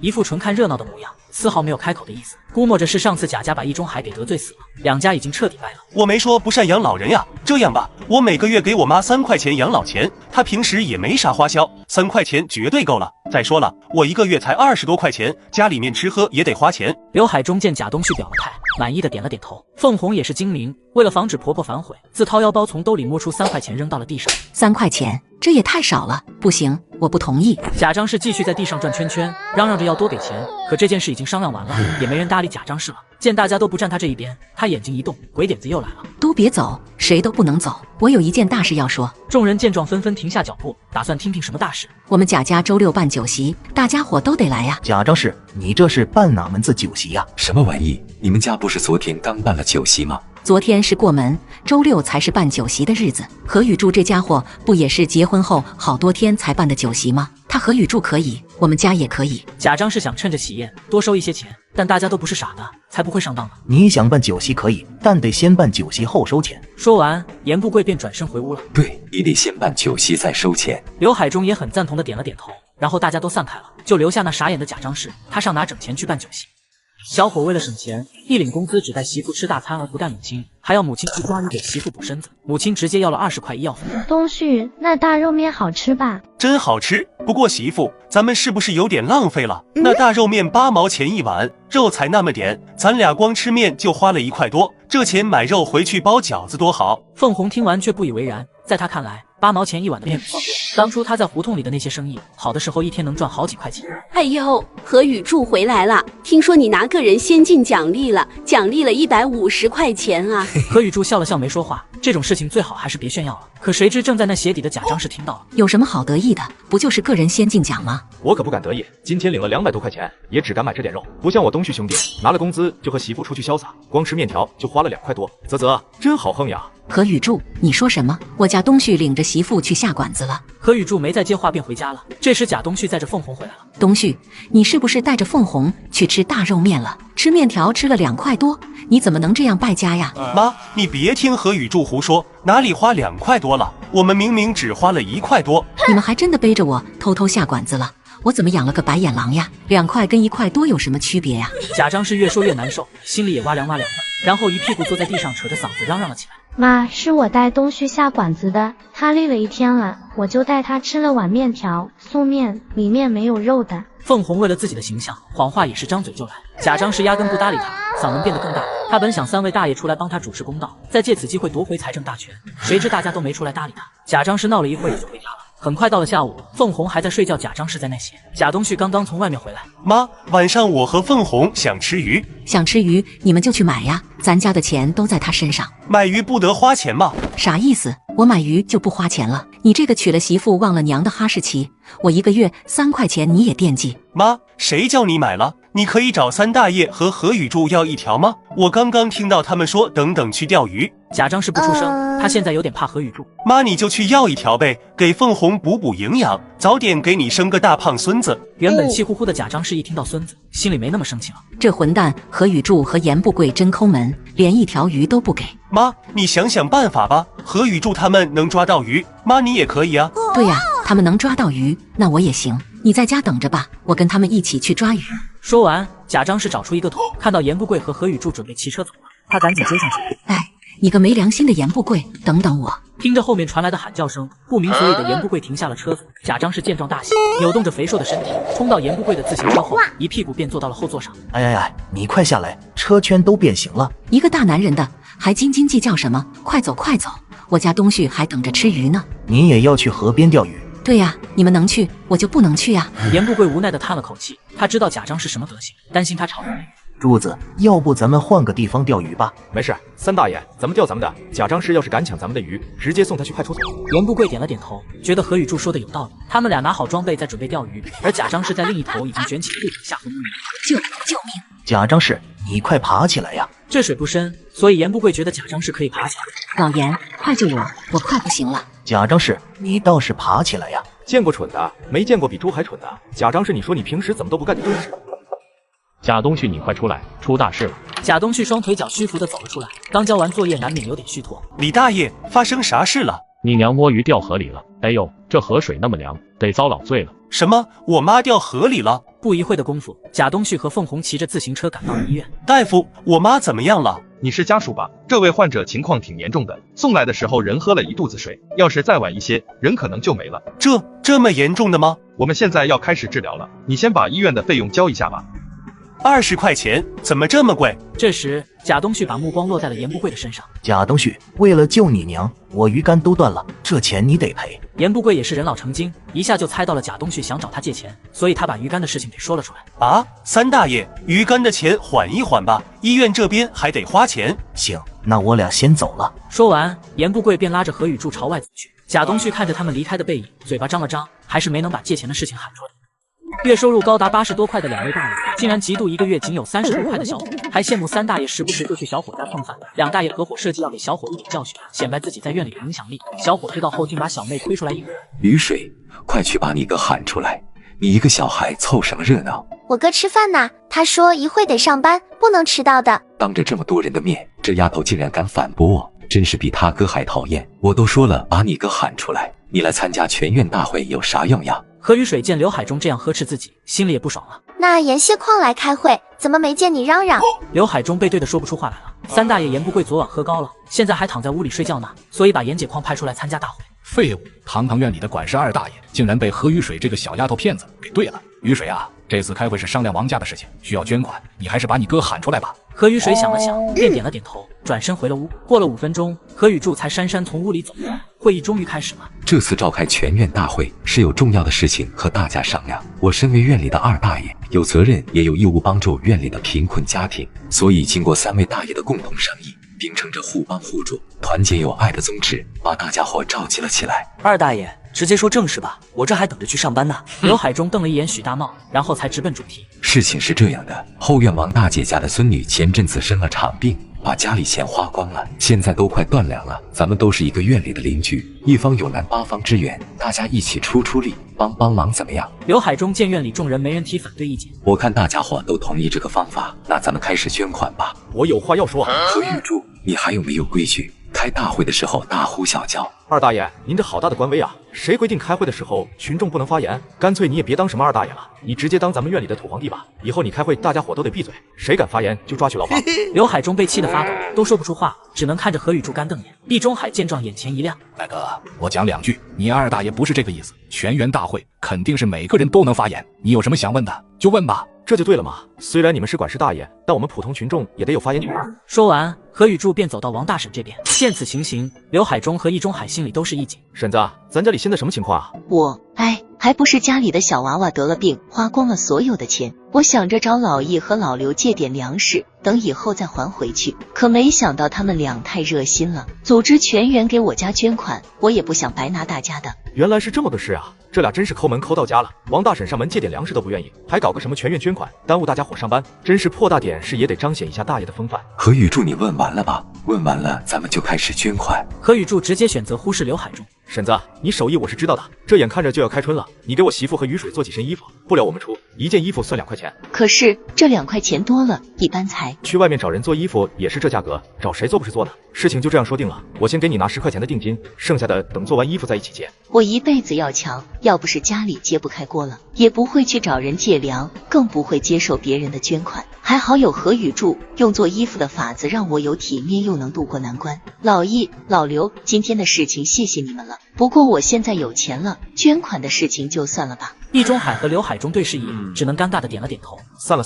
快点去上班吧，不然该迟到了。别急，王家的事情解决了，但还有第2件事需要开会商讨。二大爷，还有啥事呀？我这都快迟到了。这件事非常恶劣，不早点解决，咱们先进4合院的称号就保不住了。有先进4合院的称号，会优先给咱们院分配工作，给咱们院更多的补贴。但现在有人脱离群众了，这样下去，咱们先进4合院的称号早晚会保不住。二大爷，您就别卖关子了，直接说是谁脱离群众了，我这还急着去上班呢。那个人就是何雨柱。刘海中，你烦不烦呀？你说我脱离群众，我就脱离群众了，你有什么证据啊？还说没脱离群众，你在家里天天吃肉，还经常请客吃饭，可邻居们啊，不是白菜就是土豆的，你这就是脱离群众，是非常严重的问题。我现在给你一个改过自新的机会，以后买肉的时候拿出来一部分分给院里的邻居，让家庭困难的邻居也能吃上肉，这样才能回归到群众里。何雨柱听完刘海中的话，心里知道怎么回事了。这刘海中是嫉妒我请3大爷严不贵吃饭不叫上他了，我还以为是什么大事呢。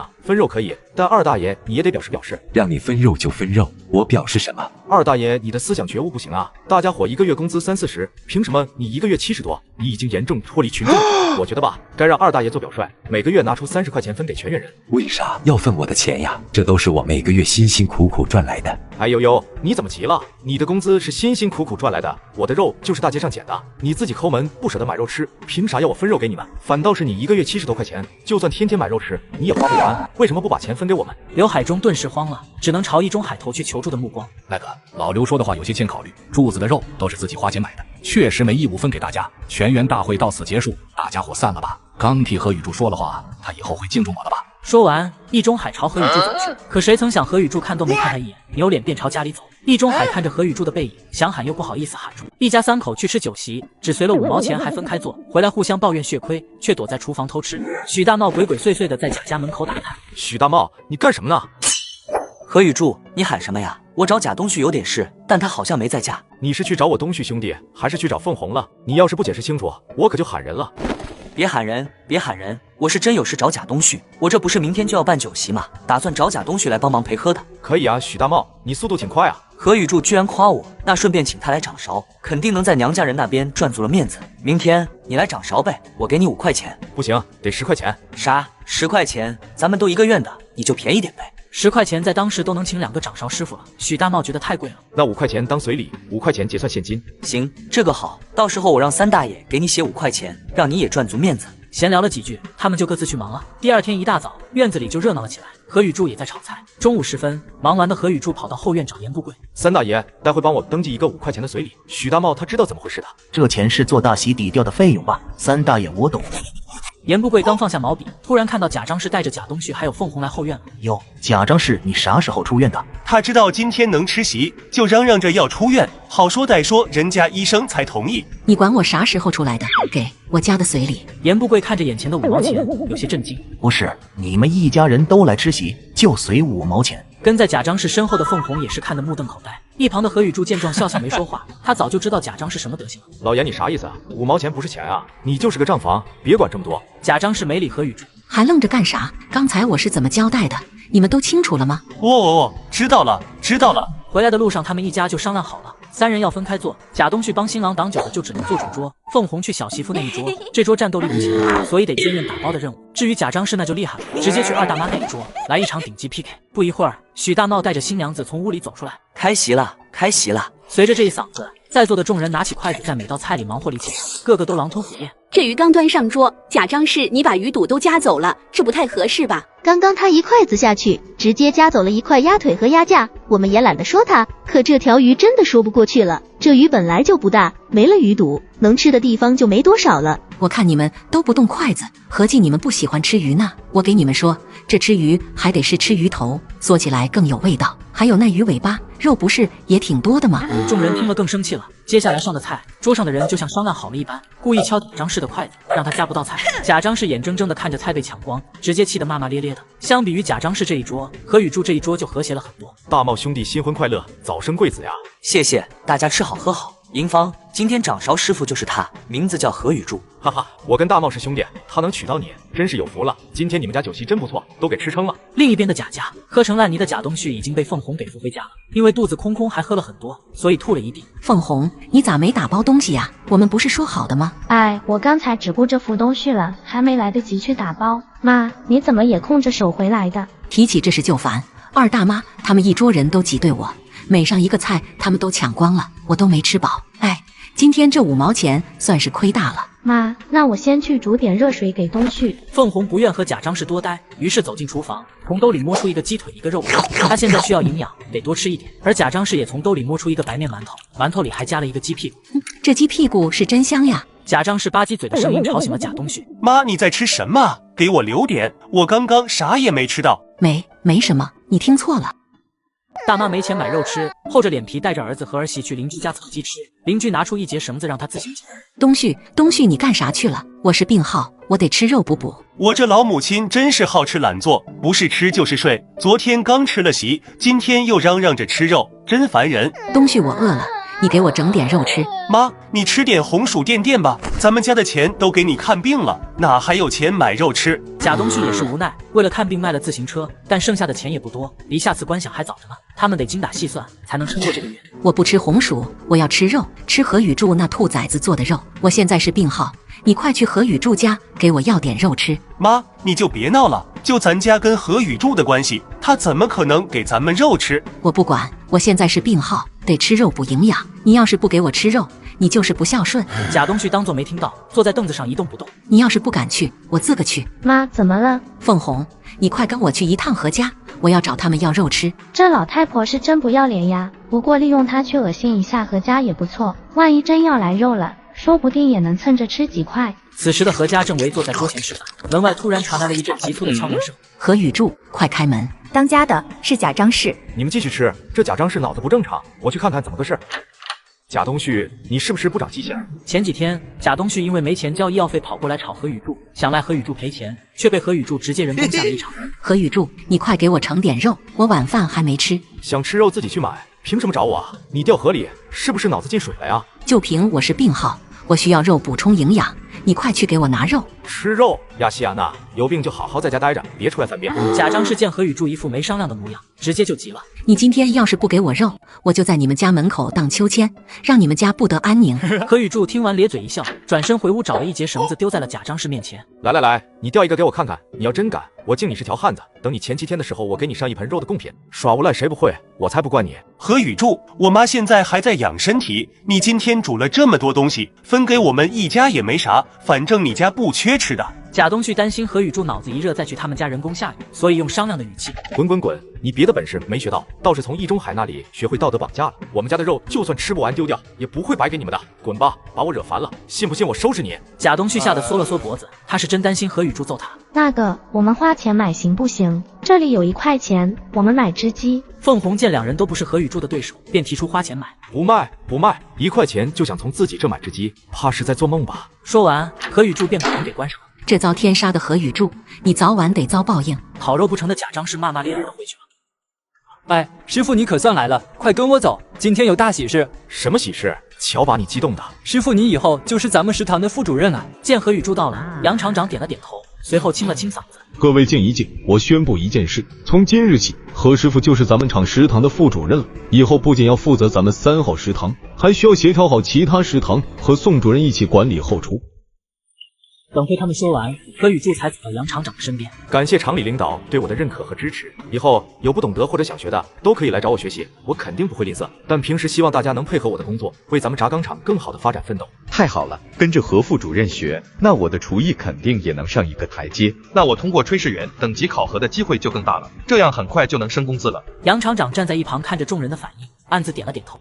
邻居大妈缺粮想在院里借粮，吝啬大爷想找回声望变硬拿，却反遭大妈怒怼。小伙一点都不我今天一大早去粮店排队，结果听说现在仓库里没粮了。哎，老陈，你昨天怎么不去买呀？何雨柱昨天就吆喝这事了。我哪知道粮能卖光呀？哎呀，这买不到粮食，日子可咋过呀？喊得最响的是贾张氏，这音量一点也不像个病人。昨个喊你一起去，你咋不去呀？他二大妈，你家粮多不多？均给我点呗。这个贾张氏真是抠门到家了，不想加价买粮，就想着让院里人给他均点。我家还不够吃呢，你反正闲着没事，喊上凤红去粮店排队，说不定就来粮了。我可是病号，哪能受这份罪？见人都到齐了，身为官迷的刘海柱清了清嗓子。既然大家伙都来了，我们一起出主意，解决咱们4合院里断粮问题。趁这个机会，怎么的也得恢复一下我姨大爷的声望了吧？这时场面有点躁动，大家开始议论纷纷。昨天大家都去买粮食了，院里除了家庭真困难的2户，就剩贾家了。给贾家捐粮食，想都别想。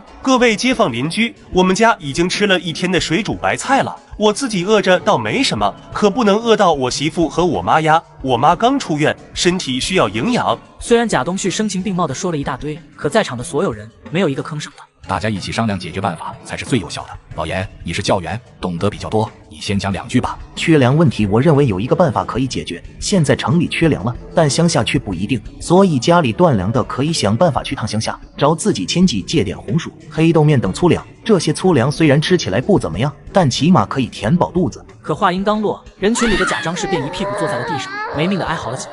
你个没良心的严不贵，竟然让我这个病号去吃黑豆面，这玩意是人吃的吗？你是想吃假我吧？易中海厌恶地看了眼在地上撒泼打滚的贾张氏。老严的方法不错，但是这个方法不一定行得通，乡下的亲戚也不见得有多少存粮，而且去趟乡下也需要时间，远水解不了近渴呀。易中海环视一圈后，把目光放在何雨柱的身上。其实咱们院里的情况不是很严重，只有3家断粮，不如我们都伸手帮一把，每家借点粮食给他们，等粮食问题解决后再还给咱们。院里的人这时都低声议论，但没有一个人愿意借粮食。这时刘海中站起来，那个我讲2句，现在除了个别家庭，家里的粮应该都挺短缺的，但我身为二大爷应该做出表率。这样吧，我借半斤棒子面。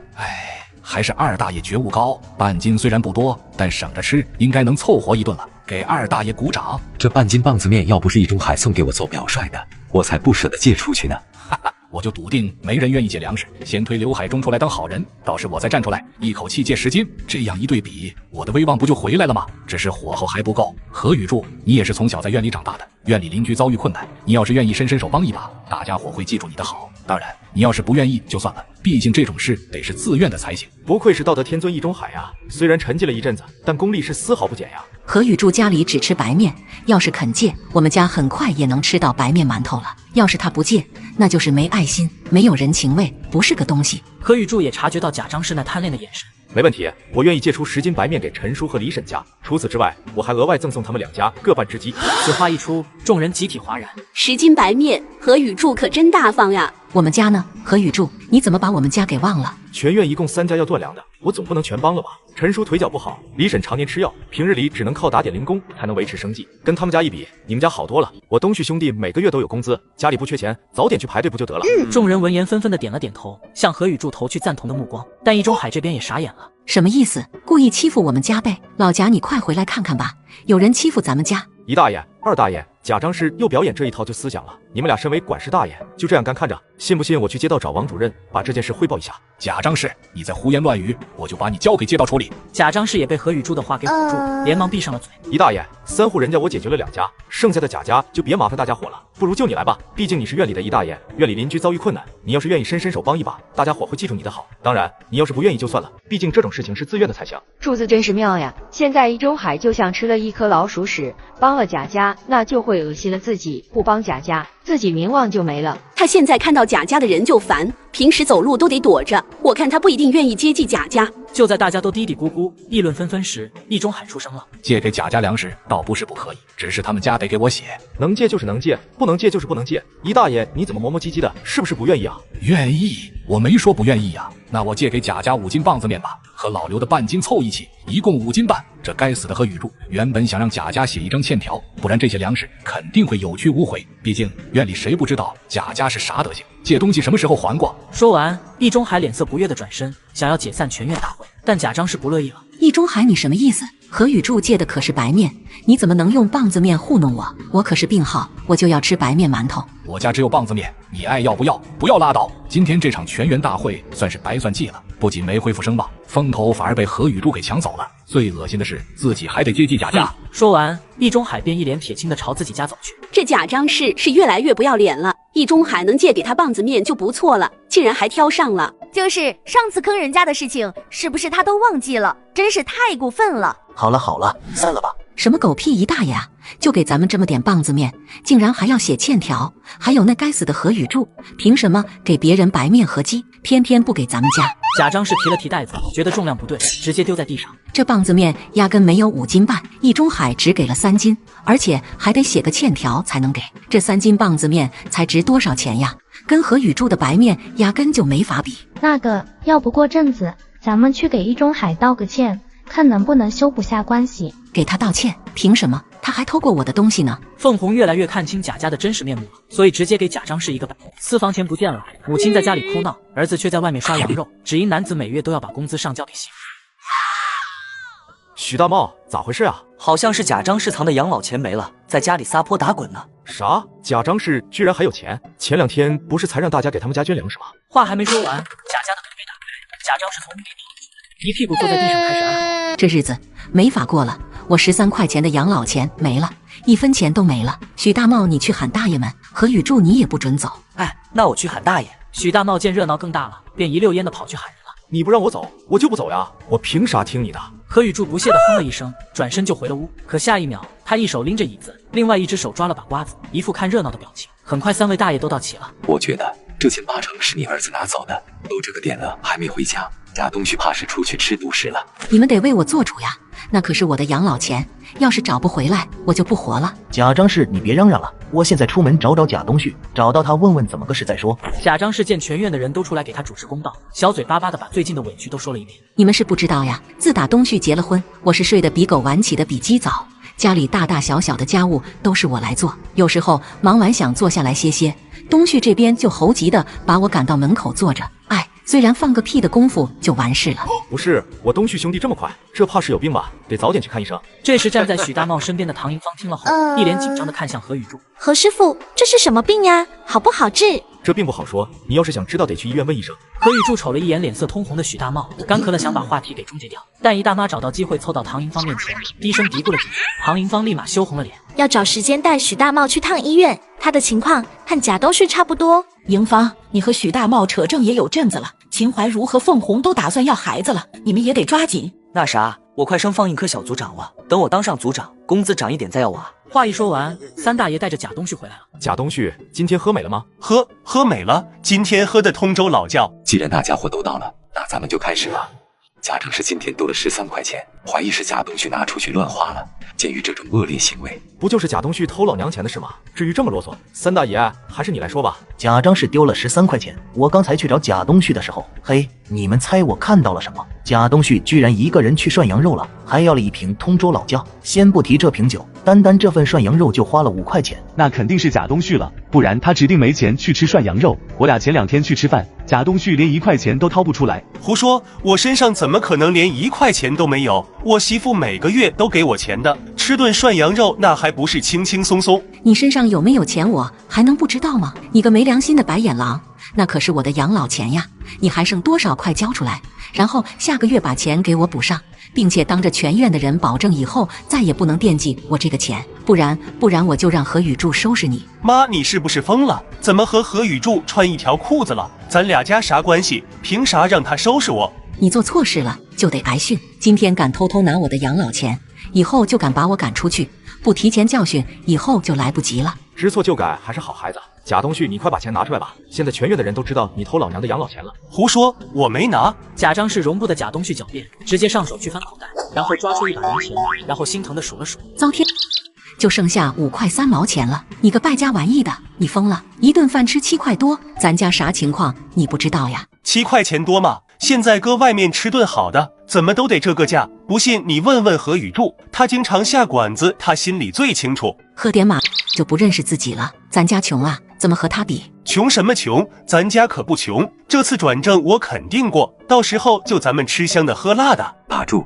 既然贾东旭承认自己偷钱了，那这件事就好办了。我建议严肃处理。贾东旭拿的是贾张氏的钱，要是细说的话，属于家事。我觉得吧，这次是想下馆子解解馋，问题不算恶劣。老严，你这话就不对了。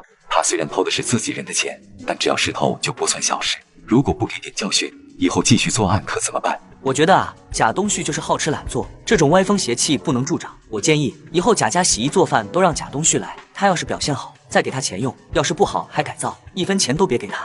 许大茂天天在家洗衣做饭、洗碗刷锅的，心里很不舒服，索性趁机把贾东旭也拉下水，让他陪着自己一起干家务。我觉得许大茂说的对，必须改掉他好吃懒做的坏毛病。不行，我不同意，我一个大老爷们身上怎么能没钱呀？你身上还是没钱的好，不然光想着吃独食。你之前吃大肉面的时候，好歹还带着媳妇，现在却自个吃涮羊肉。一大爷一中海见情况差不多了。好了，以后就这么办。贾东旭要是再敢偷钱，下次直接送派出所。人见状都啧啧两声，纷纷散退。车祸后的小伙重生到4合院何雨柱的身上，在系统的加持下，他让算计过原主的人都得到相应的报应。这次院里的邻居嫉妒他升官涨工资，想坑他一顿大餐。5级炊事员1个月工资60多块钱，不算一些外出做鞋的补贴，就已经超过二大爷刘海中，成为院里工资第2高的人了。切，不就是上台领了个奖状吗？有什么好得意的？听到贾东旭酸溜溜的吐槽，刘光奇淡淡的瞥了他一眼。人家好歹是副主任了，你还是个学徒。哎呦，刘光奇，你小子什么时候和何雨柱穿一个裤子了？谁跟他穿一条裤子？我巴不得他倒霉呢，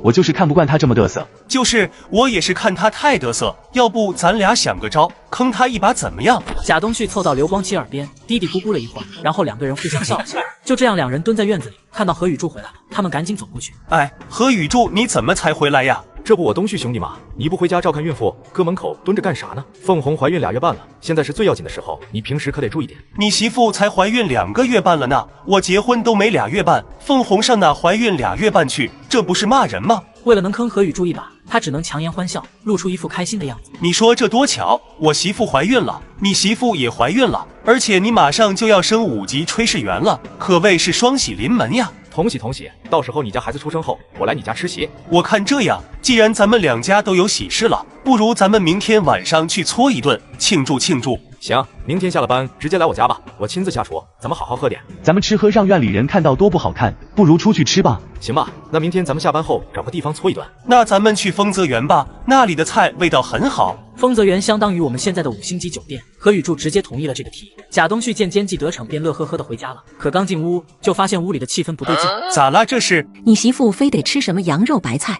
咱们家上哪整羊肉呀？不就是羊肉吗？你给凤红单独买半斤不就得了？她现在可是孕妇，需要营养。你工资都在凤红手里，我哪有钱买羊肉呀？妈，羊肉的事情我来解决。明天我从何雨柱身上坑点羊肉带回家。明天坑何雨柱？对，我和刘光奇想了个招，明天你们就等着吃好喝好就可以了。贾张氏听到有得吃了，也激动了起来。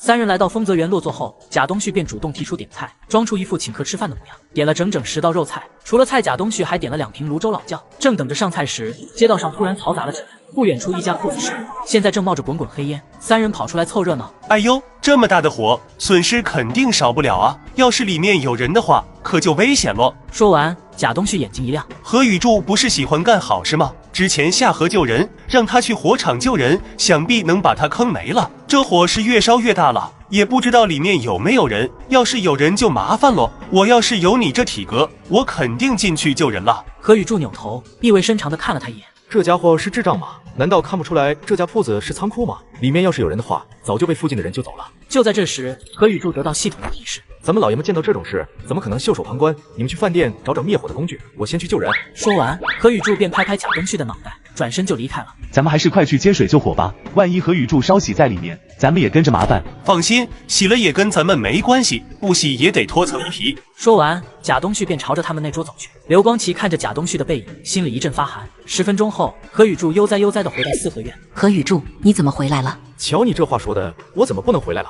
可是我家东旭呢？不知道，没看见啊。啊！另一边的丰泽园，刘光奇看着眼前满满一桌子好吃的，馋得直流口水，可心里在想吃，刘光奇也不敢动筷子。坐在他对面的贾东旭也是一副眉头紧锁的样子。要不我出去看看情况吧，顺便把何雨柱喊回来。不行，我不相信你小子人品，你要是跑了，这顿饭就得我付钱了。我人品怎么了？我就出门看一看，绝对不会跑。要去也是我去，我不放心你。那我还不放心你？刚刚不知道谁的脑子抽筋了，竟然劝何雨柱去火场救人。现在好了，何雨柱走了，能不能回来还是个未知数。这顿饭你必须解决。凭啥？当初商量坑何雨柱的时候，你也同意了？那也是你出的主意，反正我是跟你来的，你得想办法。听到刘光奇把责任撇得干干净净，贾东旭再也忍不住。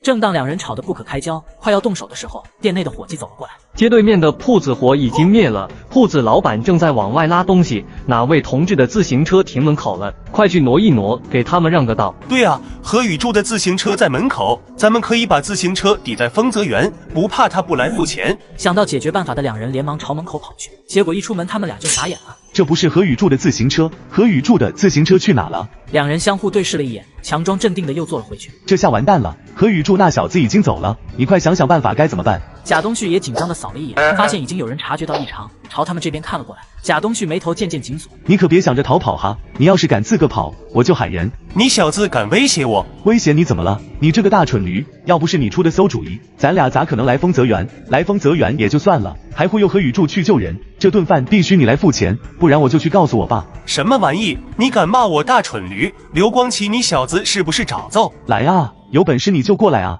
马德，真以为我不敢动手？我个龟孙子！原本心里就烦躁的贾东旭，此时再也压不住怒火了，直接跳上桌子。走，败家玩意，回家我再好好教育你。刘海中掏出17块钱，把刘光奇给整了出来，而贾东旭就比较惨了，他们家没钱。妈，你去找何雨柱，让他赔偿这17块钱。他要是不同意，你也别和他吵架，借也得把钱借出来。好，妈这就去，你等我回来。贾张氏说完，便急匆匆地往四合院里赶。何雨柱，你给我出来！喊什么喊？有屁快放，我还有事呢。给我20块钱。东旭因为没钱付账，被公安抓起来了，这钱必须你来掏。贾东旭没钱付账，关我屁事！滚蛋滚蛋！不滚！明明是你请客吃饭，结果你半路跑了，你必须给钱。见何雨柱翻脸不认账，贾张氏直接炸了。你这遭天谴的何雨柱，东旭被你害得进派出所了，你竟然一毛不拔，没法活了，没法活了呀！贾张氏一边嚷嚷，一边躺在门口，随后便开始了熟悉的转圈圈。你要是不给钱，我就一直在你家门口打滚，看你烦不烦？只见何雨柱看都不看贾张氏，直接关上了门，朝着贾家走去，不一会便走了回来。贾张氏，这是最后一次，你以后要是再来我家撒泼打滚，下次倒的可就不是这了。贾张氏直接怂了，他不敢赌，谁也不知道下次何雨柱要往他们家里倒什么赌。小伙生活富裕，并娶了一个顾家又漂亮的媳妇，邻居大妈心怀嫉妒，故意在大院里嚼舌根冷嘲热讽，想拆散他们夫妇，却被自个儿媳一个耳光呼飞而已。对，就是这样。我听说何雨柱在后厨和一个有钱人的女儿光明正大的搂抱，笑死我了！真的吗？现在的姑娘怎么这么不要脸？秦怀茹才刚刚怀孕，傻柱就敢这样乱来。我不信，人家何雨柱和秦怀茹感情好着呢，天天腻歪在一起。切，你爱信不信，我家东旭去饭堂打饭时亲眼看到的，怎么会有错？正当他们说得很起劲的时候，秦怀茹推着自行车回来，这时贾张氏更嚣张了。还是我家的东旭好啊，不像某人，一个炒菜的都敢在外面偷吃。别说了，秦怀茹回来了。怕什么？偷吃了还不给人说呀？秦怀茹看到大家看她的眼神很奇怪，所以停下来，一脸疑惑。怎么了？你们刚刚在说什么？什么偷吃啊？你家的男人背着你偷吃了。我家的柱子，不可能的，你一定是搞错了。什么搞错？我家东旭亲眼看到的，这女的来过我们院子，好像是许大茂之前的相亲对象，有钱人的女儿，模样不比你差，还是城里人呢。对，听说上次还是你家的男人送她回家了。大妈们都七嘴八舌的讨论着，秦怀茹的心情顿时不好，她推着车往家里走。秦怀茹，你现在怀孕了，这时候是最考验男人的时候，一定要看好啊！要是他真的在外面有相好的，你到时都找不到地方哭了。我呸！一个乡下丫头，当时还嫌弃我家的东婿，想不到这么快就遭报应了，活该！这个傻大柱也不知道是走了什么狗屎好运，有钱人家的姑娘居然看得上他。秦怀茹回到家里，觉得脑袋沉沉的，直接躺在床上休息。不知不觉到了晚上，何雨柱回来了。当家的，你今天怎么回来这么迟？没什么，今天厂里招待多，下班后还要加班炒几桌菜，所以就晚了。你们厂里今天来了什么重要人物吗？何雨柱没有回应，一头便躺在床上睡着了。秦怀茹想起刚刚做的梦，梦里的何雨柱嫌弃她是个乡下丫头，然后认识新的女人就抛弃她了。何雨柱一觉睡到天亮，等他醒来时，发现秦怀茹不在家里，而且桌上也没有早餐。平时这个点，媳妇都会准备好早餐再叫我起床的，今天是怎么回事啊？何雨柱看看时间，差不多迟到了，所以也没有想太多，骑上单车就去上班了。一直熬到下班，何雨柱迫不及待的回家了，但发现家里还是没有人。正当他要去院子里看看时，三大妈走了过来。柱子，你是不是找秦怀茹？我一大早就没看到她了，现在也不在家里，不知道她去哪了。她早上过来和我说，她回娘家去住几天，早上你走得急，我就没来得及和你说。她回娘家了？怎么昨晚没听她说起啊？她可能有心事吧。因为三大爷想维护好和何雨柱的关系，他不允许三大妈跟着贾张氏嚼舌根，所以他什么也不说就回去了。秦怀茹这是怎么了？难道有人故意挑拨离间？不管那么多了，先到秦家庄接人。贾张氏看到何雨柱骑车走了，赶紧跑回房里。东旭，这回有好戏看了。何雨柱应该是去秦家庄找秦怀茹了，肯定会被娘家人赶出来的。哼，平时不舍得分一点肉给我们吃，这次轮到他们家倒大霉了，活该。凤红，还是你家男人靠谱吧？我才不像那个傻大柱，吃了碗里的还想着锅里的。这个傻大柱都不知道哪里好，秦怀茹对他这么死心塌地，这次该后悔了吧？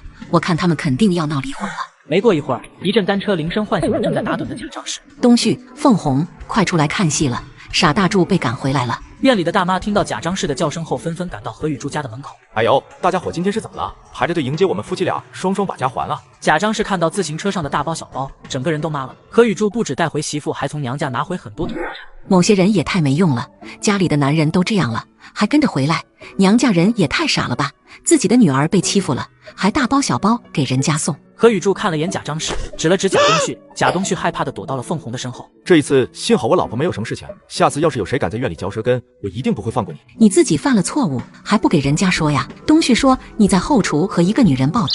妈，我可不是这么说的，我说看到后厨有个漂亮的女人一直盯着何雨柱炒菜，我就知道是你们母子俩搞的事情，幸好事先通知马华过来了。此时围观的人也越来越多了，大家都想知道真正的版本是怎样的。这时马华从外面赶来了，他把这件事的来龙去脉和大家说明白，还爆出一个更大的料。贾东旭为了看那个姑娘错过了饭点，此时又引起一阵躁动。贾东旭，你都有凤红了，心里还敢惦记其他姑娘啊，真不要脸。柱子，不好意思，之前误会你了，都怪这个贾张氏，嘴里没一句实话。还没说完，凤红就赏给贾东旭几个大嘴巴子。贾张氏站在那傻眼了。大爷穿过的鞋子觉得不好穿，转头就送给邻居，还跑出来当老好人，当着全院人的面把邻居骂了一顿。邻居心存内疚，把孩子每个月的生活费都寄给大爷。哥，快起来，我们去找爹。找爹？此时的何大清正在给白寡妇拉帮套，他还会惦记你？不对，何大清虽然不回来，但每个月都会按时寄信和钱的。按道理这些都会寄到院里管事姨大爷那里，但从来没见易中海提。何雨柱正想着入神的时候，何雨水已经穿戴好了。何雨柱觉得也是时候拿回本来就属于原主的东西了，于是他们火速出门。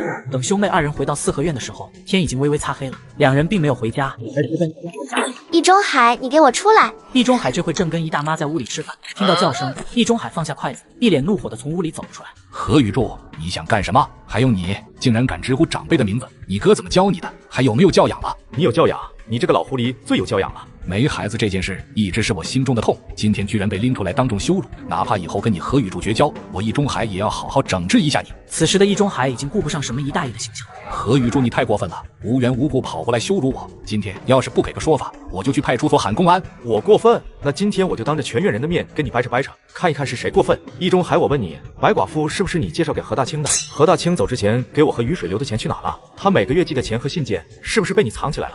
一连3个问题，直接把纷纷赶过来来看热闹的众人给震惊了。这何雨柱好端端的怎么提起何大清了？听这话里的意思，难不成何大清的离开还有什么猫腻？你看何雨柱那生气的样子，肯定是知道什么了，好像是姨大爷把何大清的钱给私吞了。听着耳边低声议论的声音，易中海脸色一僵，心里猛地一震。事情难道败露了？不可能，绝对不可能！何大清给何雨柱寄的钱和信都被我藏起来了，何雨柱不可能知道这其中的事情。他想到这，刚刚绷紧的心又恢复平静了。他故作轻松地看向何雨柱：“易中海，你怎么不吭声了？麻溜的把钱拿出来，不然我就去派出所喊公安。”何雨柱，我不知道你是从哪听到这些不实消息的，难不成你遇到何大清了？易中海，你不用试探我，要是没十足的证据，我能来找你。这时，易中海的心提到嗓子眼了，他握住有些颤抖的手，强迫自己冷静下来。今天一大早，我和雨水就去了宝州，见到了何大清。我们一聊才知道，原来当初给何大清介绍寡妇的就是你。你乱说，我不认识什么白寡妇。看到易中海到现在都还在狡辩，何雨柱觉得是时候给大家来点重磅新闻了。人家白寡妇可说了，她先认识你后才认识何大清的，而且还说了很多关于你的事情呢。要不要我都一一还原给你听？易中海吓得脸色都变白了，围观的人越来越多，议论声也越来越大。想当初何大清走的时候，易中海还跑出来当老好人，当着前院人的面把何大清骂了一顿，什么不如，什么抛弃儿女，这闹半天原来都是他搞的鬼呀！这消息真的假的？姨大爷挺正气的一个人，背地里竟然干这种事情，不好说呀。姨大爷和姨大妈这么多年了也没个孩子，姨大爷万一找人试试呢？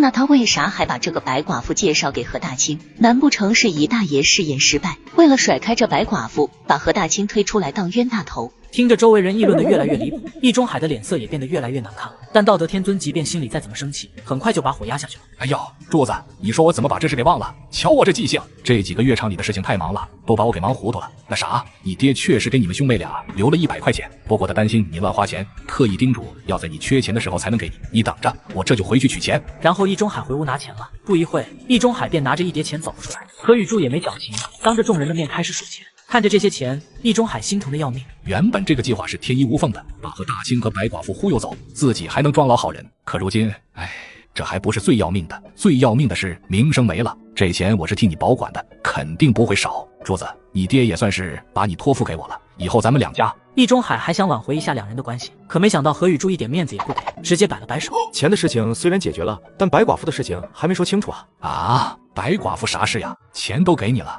你还想干啥？易中海，白寡妇说不能生孩子是你的原因，她跟你待了这么久，肚子里一直没动静。你为了甩开她这个麻烦，不仅给她钱，还帮她介绍给何大清。所以啊，你以后别总埋怨易大妈，你俩没孩子是你不想。何雨柱，你别胡说，我跟白寡妇清清白白，啥事都没发生过。这么说，你跟白寡妇没有搞破钱？当然没有。那你为什么要给白寡妇钱，还介绍她给何大清？易中海，你打的什么算盘？此话一出，易中海直接愣住了，一时间找不到反驳的理由。糟糕，这小子在故意套我的话。大家伙可都听到了哈，易中海承认给白寡妇钱了。这家伙不仅私吞何大清留下来的钱，还在我们面前各种诋毁抹黑何大清。我以为他只是单纯的贪财，没想到他人品和作风都有问题啊！呀，没想到姨大爷竟然是这种人。我记得之前易中海和何大清关系挺好的呀，两人经常聚一起吃饭，没想到背地里干这种事。啧，知人知面不知心啊，以后可得离他远一点，说不定哪天就算记到咱们头上了。所谓墙倒众人推，院里的不少人开口指责易中海，甚至一些不着调的事情也往他头上拱。小伙带着母亲设法讨好反目成仇的姨大爷，只影响一家人进轧钢厂领工资，母亲送出去的礼物还想要回来。一大早轧钢厂内，几辆运机床的卡车陆陆续续的进来，一些小道消息在工人里便传开了。看来我们厂很快要扩建了。那我们厂扩建的话，岂不是要招新人？那肯定的，所以我们表现积极点，时不时讨好管事的，到时可以推荐自己家人过来工作。这个消息一传出，众人都议论纷纷。得知这个消息的贾东旭更是激动疯了，一下班就急忙往家里跑。凤红，我告诉你一个天大的好消息。什么好消息？我们家很快就可以吃香喝辣了。现在我们轧钢厂要扩建，到时你和我妈都可以去上班。我们1个月就可以赚3份工资了，比傻大住家还多。贾张氏听完很高兴，呲着牙在笑。只是凤红听完，脸上露出一丝丝的担忧。上回卖艺的时候，没少和轧钢厂的工人们打交道，要是在轧钢厂遇到熟人，这要是被认出来，日子就没法过了。凤红想了想，她就和贾东旭撒娇起来。东旭，我这都怀孕了，怎么去上班呀？你是真的傻还是假傻？轧钢厂扩建需要时间，等厂里盖好了，我大孙子已经出生了，何况人家秦怀茹怀着孕一样去街道上班，有什么好矫情的？哼！凤红怕露馅，故意又找借口。只是咱们仨都去厂里上班，孩子谁来带呀？咱们可以把孩子交给姨大妈来带，她有空。别给我提易中海家，昨天我去找他帮点小忙，这遭天杀的老家伙没等我说完就把门关上了，可把我气死了。妈，你糊涂呀！上回你不是把易大爷给得罪了吗？咱们要是想进轧钢厂，得找易中海帮忙。随后，贾东旭把自己的计划给贾张氏说了一遍。不过，你可不能真当易中海的儿子，你是我儿子，以后得给我养老。放心吧，妈，这事成了，咱们两家还跟之前一样，我喊他师傅，还能让他接济咱们家。敲定计划后，贾东旭拎着提前准备的大包小包的出了门，贾张氏一脸不情愿的跟在他身后。买菜回来的秦怀茹看到这一幕，感觉有些诧异。贾家不是穷的叮当响吗？怎么还有钱买礼品？易中海刚好站起身准备去厨房吃饭，门外突然走进来一个人，定睛一看，发现竟然是贾东旭，身后还跟了个贾张氏。易中海的脸色顿时冷了下来。师傅还没吃饭呀？我不是你师傅，你给我出去！师傅，你就是我师傅，当初是我妈做的不对，所以我今天来是和我妈来给你赔礼道歉的。道歉？哼，道歉就免了。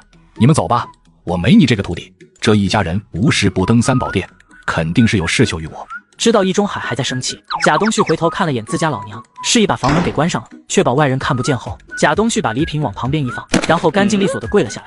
师傅，我知道错了，我妈当初丢了裤衩被气昏了头，所以一时糊涂找您要赔偿，我今天就替我妈给您磕头道歉，希望您还把我当徒弟，一个徒弟半个儿，等您以后退休了，我给您养老。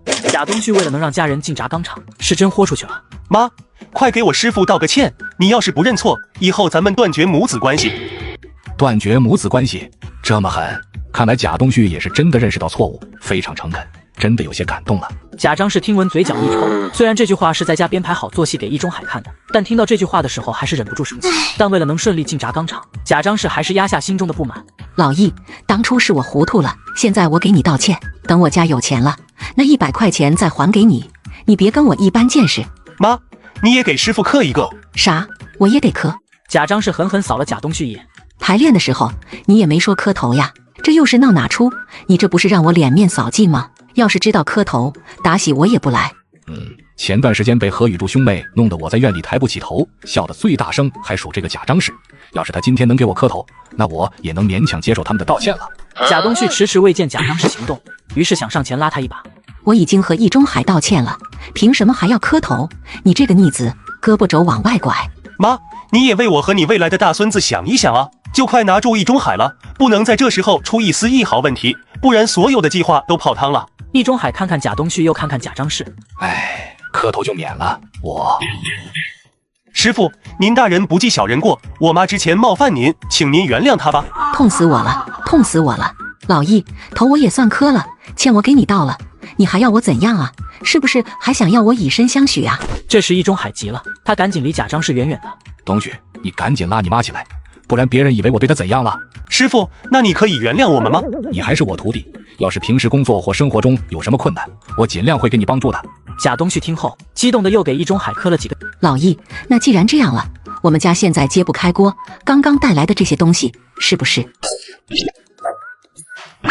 妈，你先回家去，我和我师傅还有一些话要聊聊。你这个逆子，谁给奶喝，谁就是妈。贾张氏没拿回礼品，心里还是有点不开心的，但想到今后有易中海这个靠山，他心情瞬间又好了。儿子带着老妈前去讨好刚得罪的邻居大爷，只因大爷是厂里8级钳工，在厂里有一定的分量，他想让大爷帮忙推荐家属进厂工作，最后得到大爷的原谅，儿子却把老妈赶走，再和大爷进行商议。师傅，咱们厂招工的事情你应该知道吧？领导已经通知我们了，过几天要和老大哥那边的工程师接触，所以扩建轧钢厂的事是绑上钉钉的。师傅，招工这事，你觉得能不能把我媳妇还有我妈整进去？他们俩是职工家属，按理说应该优先招用吧？你妈就别想了，咱们厂肯定不要她。至于你媳妇凤红，她不是怀孕了吗？这厂里哪敢要？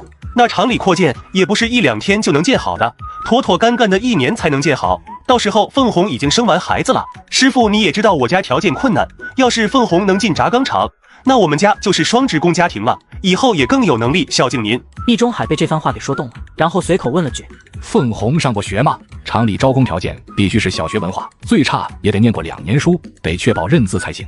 凤红不认识几个字，师傅你还有其他的方法吗？只要是进车间的技术工都有学历要求，除非技术过硬才可以破格招进去。易中海想了想，但后勤不用。我听说咱们厂要扩建2个食堂，可咱们食堂没熟人呀。师傅，何宇柱就是食堂的呀，他现在可是食堂的副主任，肯定能安排人进厂。但我们家和何宇柱关系不好，求他帮忙肯定没戏。送礼的话，我们家也没钱。你们家去肯定没戏，不过咱们可以把院里的人都喊上，说不定何宇柱能松口。说完，易中海笑了笑。这件事如果操作得当，他这个易大爷说不定还能落一个为全院谋福利、替大家解决工作的好名声，自己的声望能恢复到当初那个高度，简直是一箭双雕。一会功夫，易中海让贾东旭找来2大爷刘海中，很快他们3人就来到何宇柱的门口。哎呦，2位大爷齐聚我家门口，这是要干啥？哎，我东旭兄弟也在啊，你啥时候和1大爷、2大爷穿一个裤裆了？都是些老对头了。何宇柱知道他们上门指定没什么好事，咱们进屋说吧，这件事不方便在院里聊。进屋就算了，咱们敞开天窗说亮话，也让院里的人听听是怎么个事。行吧，那咱们就在门口说。何宇柱，咱们厂要扩建的消息你应该知道吧？你身为食堂副主任，多少也算个厂领导。咱们院里这么多没工作的，你能想想办法吗？大家会感谢你的。何宇柱一听就明白怎么个事了。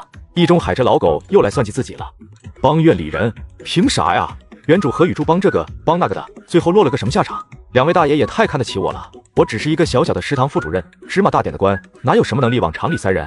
何宇柱嚷嚷的也很大声，他反正不怕院里人知道轧钢厂扩招的事情。你想想办法吗？想不到，办不了，找别人想办法去吧。见何宇柱拒绝的这么干脆彻底，易中海心里却是一喜。院里那么多人没工作，何宇柱这么一拒绝，怕是要得罪不少人。哼，捞不到名声，也要你何宇柱威信下降，这就是我要的结果。想到这，于是易中海装出一副诚恳的模样。何宇柱，咱们都是一个院里的邻居，院里的人过得那么困难，你帮一个也行呀，就算我求你了。为了也能给自己家谋一个工位，刘海中也附和着说道：何宇柱，你没能力把人办进去，你去问问厂领导也行呀，你好歹是副主任，问一问又没什么。何宇柱看了一眼刘海中，眼看院里的人聚集的差不多了，然后开口说道：其实想安排2、3个邻居进轧钢厂也不是没办法，但是需要1大爷和2大爷你们俩配合我才行。你们俩要是答应，我保证能给咱们院里弄来2个工位，还是技术工的那种工位。众人开始议论纷纷，易中海还是半信半疑。2个工位，还是技术工的那种，那我家刘光启岂不是有机会了？这个傻大柱怎么会突然改口答应了呢？在众人面前答应这事，我不单捞不到名声，而且替大家解决工作的功劳都被何宇柱抢光了。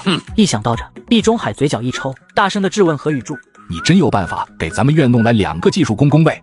当然，只要你们2个配合我就行。要是超出我们的能力范围，我们可没办法配合。对，只要在我们能力范围之内，我和老刘愿意给院里人做贡献。围观的众人听了易中海的话后，看他的眼神都变得有些钦佩了。既然1大爷和2大爷这么有奉献精神，那我就把计划说一下。1大爷和2大爷在轧钢厂都有工位，这个工位可以让给院里其他人，这样做咱们院里不就多出来2个工位吗？听到他的话，易中海先是一愣，随即便明白自己被何宇柱给耍了。何宇柱，我们好好跟你商量事情，你给我们开什么玩笑？我俩把工位让出去了，那我们2家以后怎么生活？你还是老老实实找厂领导说一说，这样才能真正的帮到邻居们。1大爷，你急什么？你等我把话说完。你和2大爷都是老技术工了，你们把工位让给其他人后，可以重新走厂里的招聘流程。你俩一个8级工，一个6级工，还担心过不了招聘？何宇柱看看易中海和刘海中，他们脸色都变了，然后又接着说：就算真过不了招聘，我再去找领导说一说，保证你们能回到轧钢厂上班，反正技术也在，熬几年就把等级熬上来了，咋的？这么好的奉献机会，你们俩还不抓紧把握住？听完何宇柱的解释，院里的众人哗的一声炸开了锅。这方法好特喵损呀！不过细细一想，还真行得通。毕竟这年头工位都能拿出来卖，转送给其他人去顶岗更没什么问题。只是1大爷和2大爷能答应吗？易中海和刘海中面面相觑，没想到何宇柱反将了他们一军。何宇柱，你这不是胡闹吗？不行，这个方法我不同意。何宇柱，还是你去找领导想想办法吧。你和厂长关系不是挺好的吗？你去走动走动，肯定能找到其他好法子。怎么，真到奉献的时候，你们俩当缩头乌龟了？让我去找厂长说一说。易中海，你知道自己在干什么吗？你这是挑唆我找领导走后门，是想让领导犯错误。易中海，你摊上大事了。何宇柱的这番话吓得易中海浑身一个哆嗦。我没有，你胡说，我不是这个意思。你是不是这个意思？我说的不算，你说的也不算，厂里的领导和街道办的人说的算。说完，何宇柱便抛开众人，径直朝外面走去。他要找王主任举报易中海院里大爷为全院谋福利，却被邻居小伙举报复辟官僚主义。何宇柱把事情简单的叙述了一遍。易中海现在都这么嚣张了吗？在院里他真以为能一手遮天了？我用人格保证，我所说的句句属实。要是有一句话在撒谎，明天我就去找厂长递交辞职信。岂有此理！我们现在走，我倒要看看这个易中海是不是想上天。于是两人一前一后的出了门，没多大会，两人便赶到了四合院。正在前院观望的严不贵被王主任逮了个正着。严不贵，王主任，这事跟我没关系，我可没有参与。王主任这才觉得自己喊得有点大声了，缓了一下。我知道，你现在把院里的人都喊出来，每家每户必须出一个人，尤其是易中海必须来。好嘞，我马上就去。一眨眼功夫，院里的人都到齐了，扫了一圈在场的众人。王主任把目光落在易中海的身上。易中海，出列！你现在当着我的面，当着全院人的面，把你对何雨柱说的话再重复一遍。被点名的易中海长叹了一口气，知道躲不过去，便从人群里走了出来。王主任，我只是让何雨柱解决一下院里的就业问题，我也是为了大家好呀，我没做错什么吧？解决院里就业问题是好事，但你用的什么方法，怎么现在不敢说了？易中海，我让你重复一遍自己说的话，不是让你解释。院里的人可都看着呢，你如果敢撒谎，处罚会更严重。说完，王主任眯着眼扫了一眼在场的所有人。贾东旭吓得连忙低下了头，刘海中也微微向后缩了缩，不敢和王主任对视。王主任，刚才易中海是这样说的，轧钢厂现在不是在扩建招工吗？他让何雨柱安排院里没工作的人进食堂上班。王主任，你是真误会我的意思了，我是真的为院里人考虑，所以才去找的何雨柱。够了，轧钢厂招工都有聘用流程，院里没工作的可以按招聘流程去申请，而不是教唆何雨柱去走后门犯错误。易中海，上次你们违规召开全院大会，绕开街道搞捐款的时候，我就警告过你，这才过去多久，现在又复辟官僚主义。王主任，我没有，我是一时着急，所以说错了话，我绝对没有这个意思，您听我解释。好了，你不用解释了，从明天开始，院里面没有正式工作的都可以来街道办事处打申请，符合条件的我们会写介绍信。众人听了王主任的话后都纷纷点头。但是挑唆他人走后门，让别人犯错误给自己谋利，这种恶劣的事情街道办事处是不会容忍的。从即日起革除易中海管事大爷的职务，明天下班前提交一份检讨书来街道办事处。此话一出，易中海的脸彻底垮了下来。王主任，我已经认识到错误了，我向何雨柱同志道歉，我向全院的邻居们道歉。只是我这一大爷的身份可不可以保留？毕竟我这么久以来没有功劳也有苦劳。话还没说完，王主任便摇了摇头。我上次已经给过机会了，你好好反思自己的错误，以后未尝不能恢复一大爷的职务。易中海见状，连忙向二大爷和三大爷投去了求助的目光。王主任，这个处罚是不是太过严重了？我们院里能有现在的和睦互助，易中海功劳很大，而且这次易中海的出发点是好的，您看。刘海中，别以为我不知道你打的什么算盘。就这件事而言，易中海算主谋，你算参与者，记大过一次。明天下班前也写一份检讨书交到街道来。说完，王主任又把目光放在了严不贵身上。王主任，我可没掺和这件事啊。严老师，以后院里还需要你多多费心。王主任客气了，这是我的职责。处理完这件事后，王主任便离开了。等王主任离开，易中海的脸色骤然一变，眼神带些怨毒的盯着何雨柱。何雨柱也毫不示弱的瞪了回去。瞪，你接着瞪，你只是个管事大爷而已，还真以为自己是什么大领导了？众人见事情都已解决，各回个家去了。四合院里这时只有3个人了，易中海、刘海中还有贾东旭。其实贾东旭也想跟着众人回家，可今天他刚和易中海缓和好关系，这回溜走显得有些不仗义。大妈嫉妒小伙的媳妇找到一份清闲的工作，她想自个儿媳也能谋一份工作。大妈苦苦哀求用人单位，最后得到一份轻松的工作，却又不乐意了。那易中海就是个废物，让他为咱家谋一份工作，却被街道主任给罢免一大爷职位。哎呦，白白搭上我们送他的礼物了。妈，你怎能这样说？师傅也是为了咱家才被罢免的。我不管，反正收礼办不了事的都是废物，这事还得老娘亲自来。妈，你能靠自己找到工作？当然可以，昨天你没听到街道王主任说吗？没工作的就去找他，他免费给安排呢。哪有这好事？王主任可说了，是符合要求的才给安排工作呢，你这不是找茬吗？你看看何雨柱的媳妇，一个乡下丫头，不一样能在街道办事处工作吗？你这样一说，好像是这么一回事。妈，那你赶紧带上凤红去问问吧。吃过早饭，贾张氏带着凤红来到街道办，街道办的王主任也刚刚到。贾张氏热情地走上前去打招呼。王主任早啊。王主任对这个贾张氏太熟悉了，看到他这么早来街道办，以为又是为了院里的什么鸡毛蒜皮之事。贾张氏这么早过来，又是和哪家闹矛盾了呀？王主任，您误会了，我今天过来主要是想让你帮我儿媳妇介绍一份工作，现在全家就靠我儿子的那点工资，实在是太困难了。但你家凤红不是怀孕了吗？先等她生完再说吧。王主任，凤红年轻，身体好，而且她月份还小，可以工作的。孕妇就先好好休息，照顾好身体最重要。贾张氏一听这话就急眼了，指着秦怀茹大叫起来：王主任，你这是区别对待呀！秦怀茹不也怀孕了吗？她现在就在你们街道办上班呢，而且她还是乡下来的，比不上我家的凤红，我家凤红还上过学呢。贾张氏，你不要乱给我扣帽子，我怎么区别对待了？人家早就过来上班了，又不是怀孕后才来的。虽然秦怀茹没上过学，但人家靠本事自学到小高水平了，应聘也是按照正常流程来的。幸好没有合适的工作，我都怀孕了还想让我出来工作，都没见过这么奇葩的婆婆。王主任，我妈她也是着急了才说错话，您不要见怪。那要是没有合适我的工作，有没有什么工作可以介绍给我妈呢？这个该死的凤红好吃懒做，本来是想让她去做工赚钱的，现在倒好，反而想推我出来工作了。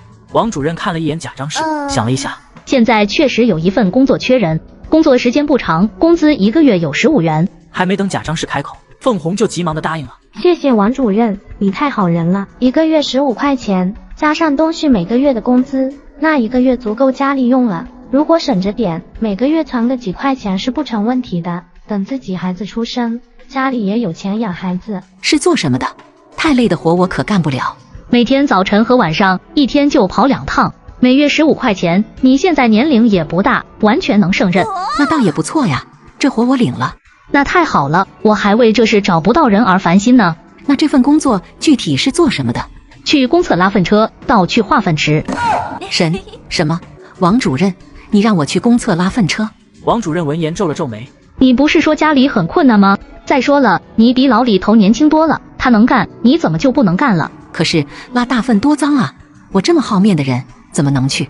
贾张氏，你什么意思？你自己都说家里非常困难了，现在街道给你安排个工作，你还嫌弃上了？这哪是人干的活呀？而且秦怀茹也在街道办里上班，要是她知道后告诉全院的人，那我岂不是丢尽我老贾家的脸面了？王主任不耐烦地看了贾张氏一眼。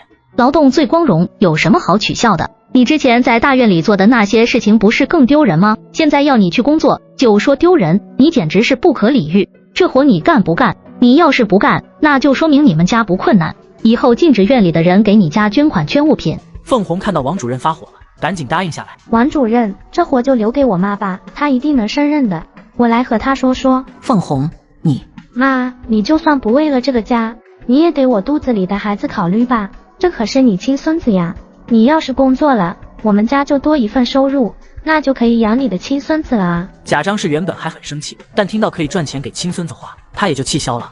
王主任，这活我干，但我能提个要求吗？什么要求？我想让秦怀茹替我保密，我不想院里的人知道我的工作是去公厕里拉粪车。王主任无奈地看了看他，然后把秦怀茹喊过来。秦怀茹，你先过来一下。主任，有什么事吗？我打算让贾张氏接替老李头的工作，以后就由他负责我们街道公厕的粪车了。但他好面子，希望你能替他保密。秦怀茹还没开口，贾张氏就出声了。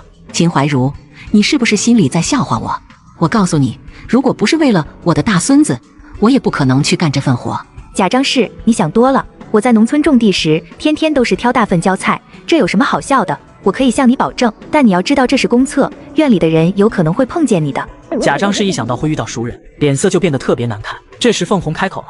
妈，我想到一个好办法，你早上趁那些人还没起床就去，然后晚上等大家睡着了再去，这样不就好了吗？贾张氏听后觉得这个方法行得通。就这样，贾张氏拉粪车的事情便敲定了下来。在四合院里，有一户人家准备搬走，这引起了院内所有人的兴趣，大家都希望能买下这所空出来的房子。作为院子的管事刘海中自认为凭借自己的职位优势，能够顺利的将房子拿下。然而出乎他意料的是，第二天却发现房子已经被其他人占据，后院聚了不少看热闹的人。王婶正指挥着2个人在搬东西。王婶这是要搬家了吗？听说王婶要搬到乡下投靠侄子去了。那这间房子怎么处理？这我也不清楚了，王婶也没说。现在城里的房子很紧张，单单这个四合院里就有2代人挤在一个屋里的情况，别人起码会委婉一点，但贾张氏是一点脸也不要，开口就问明天自己能不能搬过来住。现在凤红已经怀孕了，等生了孩子，总不能3代人都挤在一间房子里吧？一会的功夫，贾张氏回到家便召开了一场家庭会议。东旭，打听的怎么样了？王大姐他们是不是真的搬乡下去了？以后都不回来了吧？我找谁打听去？院里的人知道的都和咱们差不多。这王婶也真是的，说搬家就搬家，也不给咱们家说一声。我刚才从后院的许大茂那里打听到，王婶去乡下以后就不回来了。许大茂，自家媳妇什么时候和许大茂这么亲近了？我都没从许大茂那里打听到东西，凤红却问出来了。不回来就好，等过几天我就去街道办事处问一下，如果这房子在街道下面，咱们就打个申请，当你们两口子的新房。妈，怎么不是你搬过去？那间房子比咱们家小多了，我和凤红2个人住多挤，而且以后有了孩子也不方便。啥？让我去后院？我不答应，我在中院住了这么久，都习惯了，换到后院我肯定睡不着。这房子还没到手，2人就先吵起来了。妈，咱们院应该有不少人惦记这个房子吧？我刚才听许大茂说，后院的2大爷对房子也挺上心的。刘海中家里孩子也不少，住房情况比贾家还紧张。刘海中，他敢？真要是对上了，我在他家门口荡秋千。另一边，后院2大爷家里，何宇柱那小子都说了什么？何宇柱说，王大姐他们一家搬走后就不再回来了，而且他还说自己对后院那间房子没什么兴趣。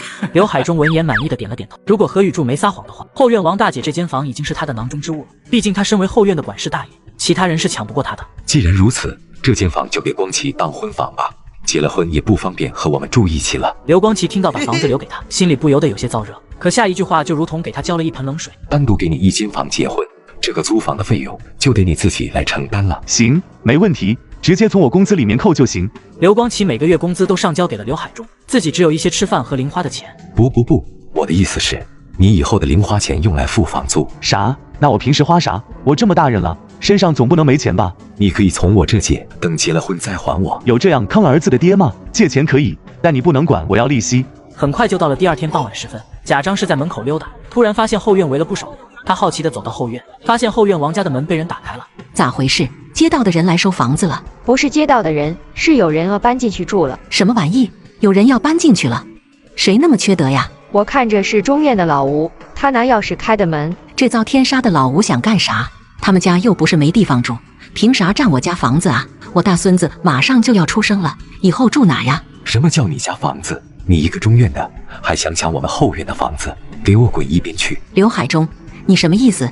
要和我们孤儿寡母的抢房子？你都孤儿寡母了，还要这么多房子干嘛？而且这房子是我们后院的，要分也是我们后院分。明明是我看上的。你看上有个屁用？我还看上你家房子了呢，也不撒泡尿照照自己。院里的人都知道你们贾家连饭都要吃不起了，还想着抢房子，丢不丢人？这你一句我一句的，差点就给干上了。就在这时，何宇柱走了过来。你2个加起来都快100岁的人了，在院里吵吵闹闹的，丢不丢人？关你什么事？滚一边去！何宇柱，你别掺和这事，这房子是我的。你们真别说，这事的确和我有关。你这话是什么个意思？怎么和你有关？不瞒你们说，是我让老吴从中院搬过来后院的，因为我已经把老吴的房子给买下来了。什么？你忽悠谁呢？王婶昨天才搬的家，你今天就说给买下了？我骗你们干什么？说完，何宇柱从口袋里掏出房产证和老吴的搬迁证出来。刘海中、贾张是看到后又失望又生气，可无奈人家是合情合理的。小伙刚结婚2个多月，却听到医生说他的妻子已经怀孕3个月了，这让他百思不得其解。于是小伙向他的师傅求教，师傅打趣地说，等到他们迎来第2个孩子时，自然就会明白了。突然何宇柱家一阵急促的敲门声响了起来。何宇柱，你快点出来救人，快点！贾东旭，你是不是找死啊？大半夜的这样敲门，信不信我送你去见亲爹？刚才喊你，你不开门，我才这样敲的。人命关天，人命关天，你知不知道？好了，都别吵了，这都啥时候了，还有功夫吵架？凤红晚上突然肚子疼，一开灯发现见红了。何宇柱，你有自行车，而且身体好，快带着凤红去医院，我和东旭跟着你后面。让我送凤红去医院？先不说合适不合适，万一路上出了事情，这责任谁来承担？这一中还可真够精明的，这都什么时候了，还想着算计我？自行车要是在这，你们谁想送谁送，反正别找我。何宇柱，你什么意思？你和贾家虽然有点矛盾，可这是人命关天的事情，你竟然不帮忙？一中海，你神经病吧？我不是把自行车借你了吗？你没完没了是吧？车子就在门外，你们爱用不用，要么继续在我家门口嚷嚷，真是一群智障，自己媳妇自己不去送，喊别的男人送，还有功夫拉着一中海来算计我。东旭，你别借自行车了，快去找个板车吧。凤红现在肚子疼得厉害，坐都坐不稳了。哎呦，他姨大爷，你怎么还在这站着呢？快点去帮忙呀！易中海还不死心的回头。何宇柱，咱们院你身体最好了，你先用板车拉着凤红去医院，我和东旭跟着你。快给我滚！易中海，你是真欠骂呀！凤红是我媳妇，肚子里的孩子是我的，你明知道我和贾家关系不好，你还让我送凤红去医院，你想把贾家孙子坑没就直说。骂完，何雨柱直接把院里的自行车推到了屋里，关上门回屋睡觉。被劈头盖脸骂了一顿的易中海看了眼在场的众人，你们都看看何雨柱是什么样子的人，见死不救。这样的邻居以后大家都离远点。说完便看向一旁的刘海中，刘海中心领神会，立马附和着：就是这样的人就是自私，人命关天的事情也见死不救。附和完，易中海立马安排贾东旭去车棚里推板车，然后又看向贾张氏：贾张氏，你快回家拿钱报被子。哎呦，姨大爷，我们家没钱了，连饭都要吃不起了，哪还有钱去医院了？算了，你先去报被子，钱的事我先垫上，到时候你们再还我。贾张氏现在也有工作了，每个月凤红也给他3块零花钱。全院的人都知道贾张氏喜欢藏养老钱，可现在自家儿媳妇见红要去医院了，也不舍得把钱拿出来，真是恶心。我看也没啥事了，你们去忙吧，我先回家睡觉了。此话一出，易中海连忙抓住了刘海中的胳膊：老刘，你可不能走，我现在不是院里的管事大爷了，现在院里人有困难了，你身为二大爷该不该帮忙？要不是当初刘海中要攻位，他才不愿意和贾东旭合作。而何雨柱的抖勺莫名其妙的让他们仨来到一个阵营了。虽然表面上没啥问题，可刘海中还是打心底排斥贾家。我能帮啥忙呀？医院那么远，贾东旭能拉多远板车？我身体也不好，咱们仨轮流着拉才最保险。老易，你看看我这体格，心有余而力不足啊。那你把刘光奇喊过来帮忙吧，放心，不让他白忙活，我给你1块钱行不行？行。一听能赚1块钱，刘海中想都没想便答应了，反正干活的是儿子，自己就能白得这1块钱。至于分钱给刘光奇，刘海中压根就没想过，顶多早晨给他加个鸡蛋。说完，刘海中便回家喊人：凤红的家属在哪里？去缴一下费用。哎，来了。你是病人的丈夫吧？对，我是。你媳妇怀孕3个月了，怎么能吃这么辛辣的食物？还好送来的比较及时，不然孩子就危险了。我媳妇说这几天嘴巴里没味道，想吃点辣的。我寻思着吃点也没事，就在菜里放了些辣椒。等等，护士，你说我媳妇怀孕3个月了？没错，的确怀孕11个周，快12周了，单子上都写着呢。我和凤红才结婚2个多月呀，怎么就怀孕3个月了？贾东旭只觉得大脑一片空白，一把抢过护士手里的单子看了看，可受限于文化水平，看了半天也没看出个所以然。不可能啊，我媳妇不可能怀孕3个月。护士，你是不是拿成别人的了？孕周的是从末次月经第1天开始计算的，你不懂就去问你媳妇，别在我这里胡闹，快去交钱吧。东旭，你怎么了？孩子没了？师傅，你知不知道孕周的是从末次月经第1天开始计算的？什么孕周？什么末次第1天？易中海听的是云里雾里，可当着徒弟的面，易中海还是认真的点了点头。那护士说我媳妇怀孕快12周了，但是要从末次月经第1天开始计算，12周不就是3个月吗？凤红怎么可能怀孕3个月？易中海也是百思不得其解，可刚才他都已经承认自己懂这些了，总不能自己打自己的脸。没错，东旭，你想啥呢？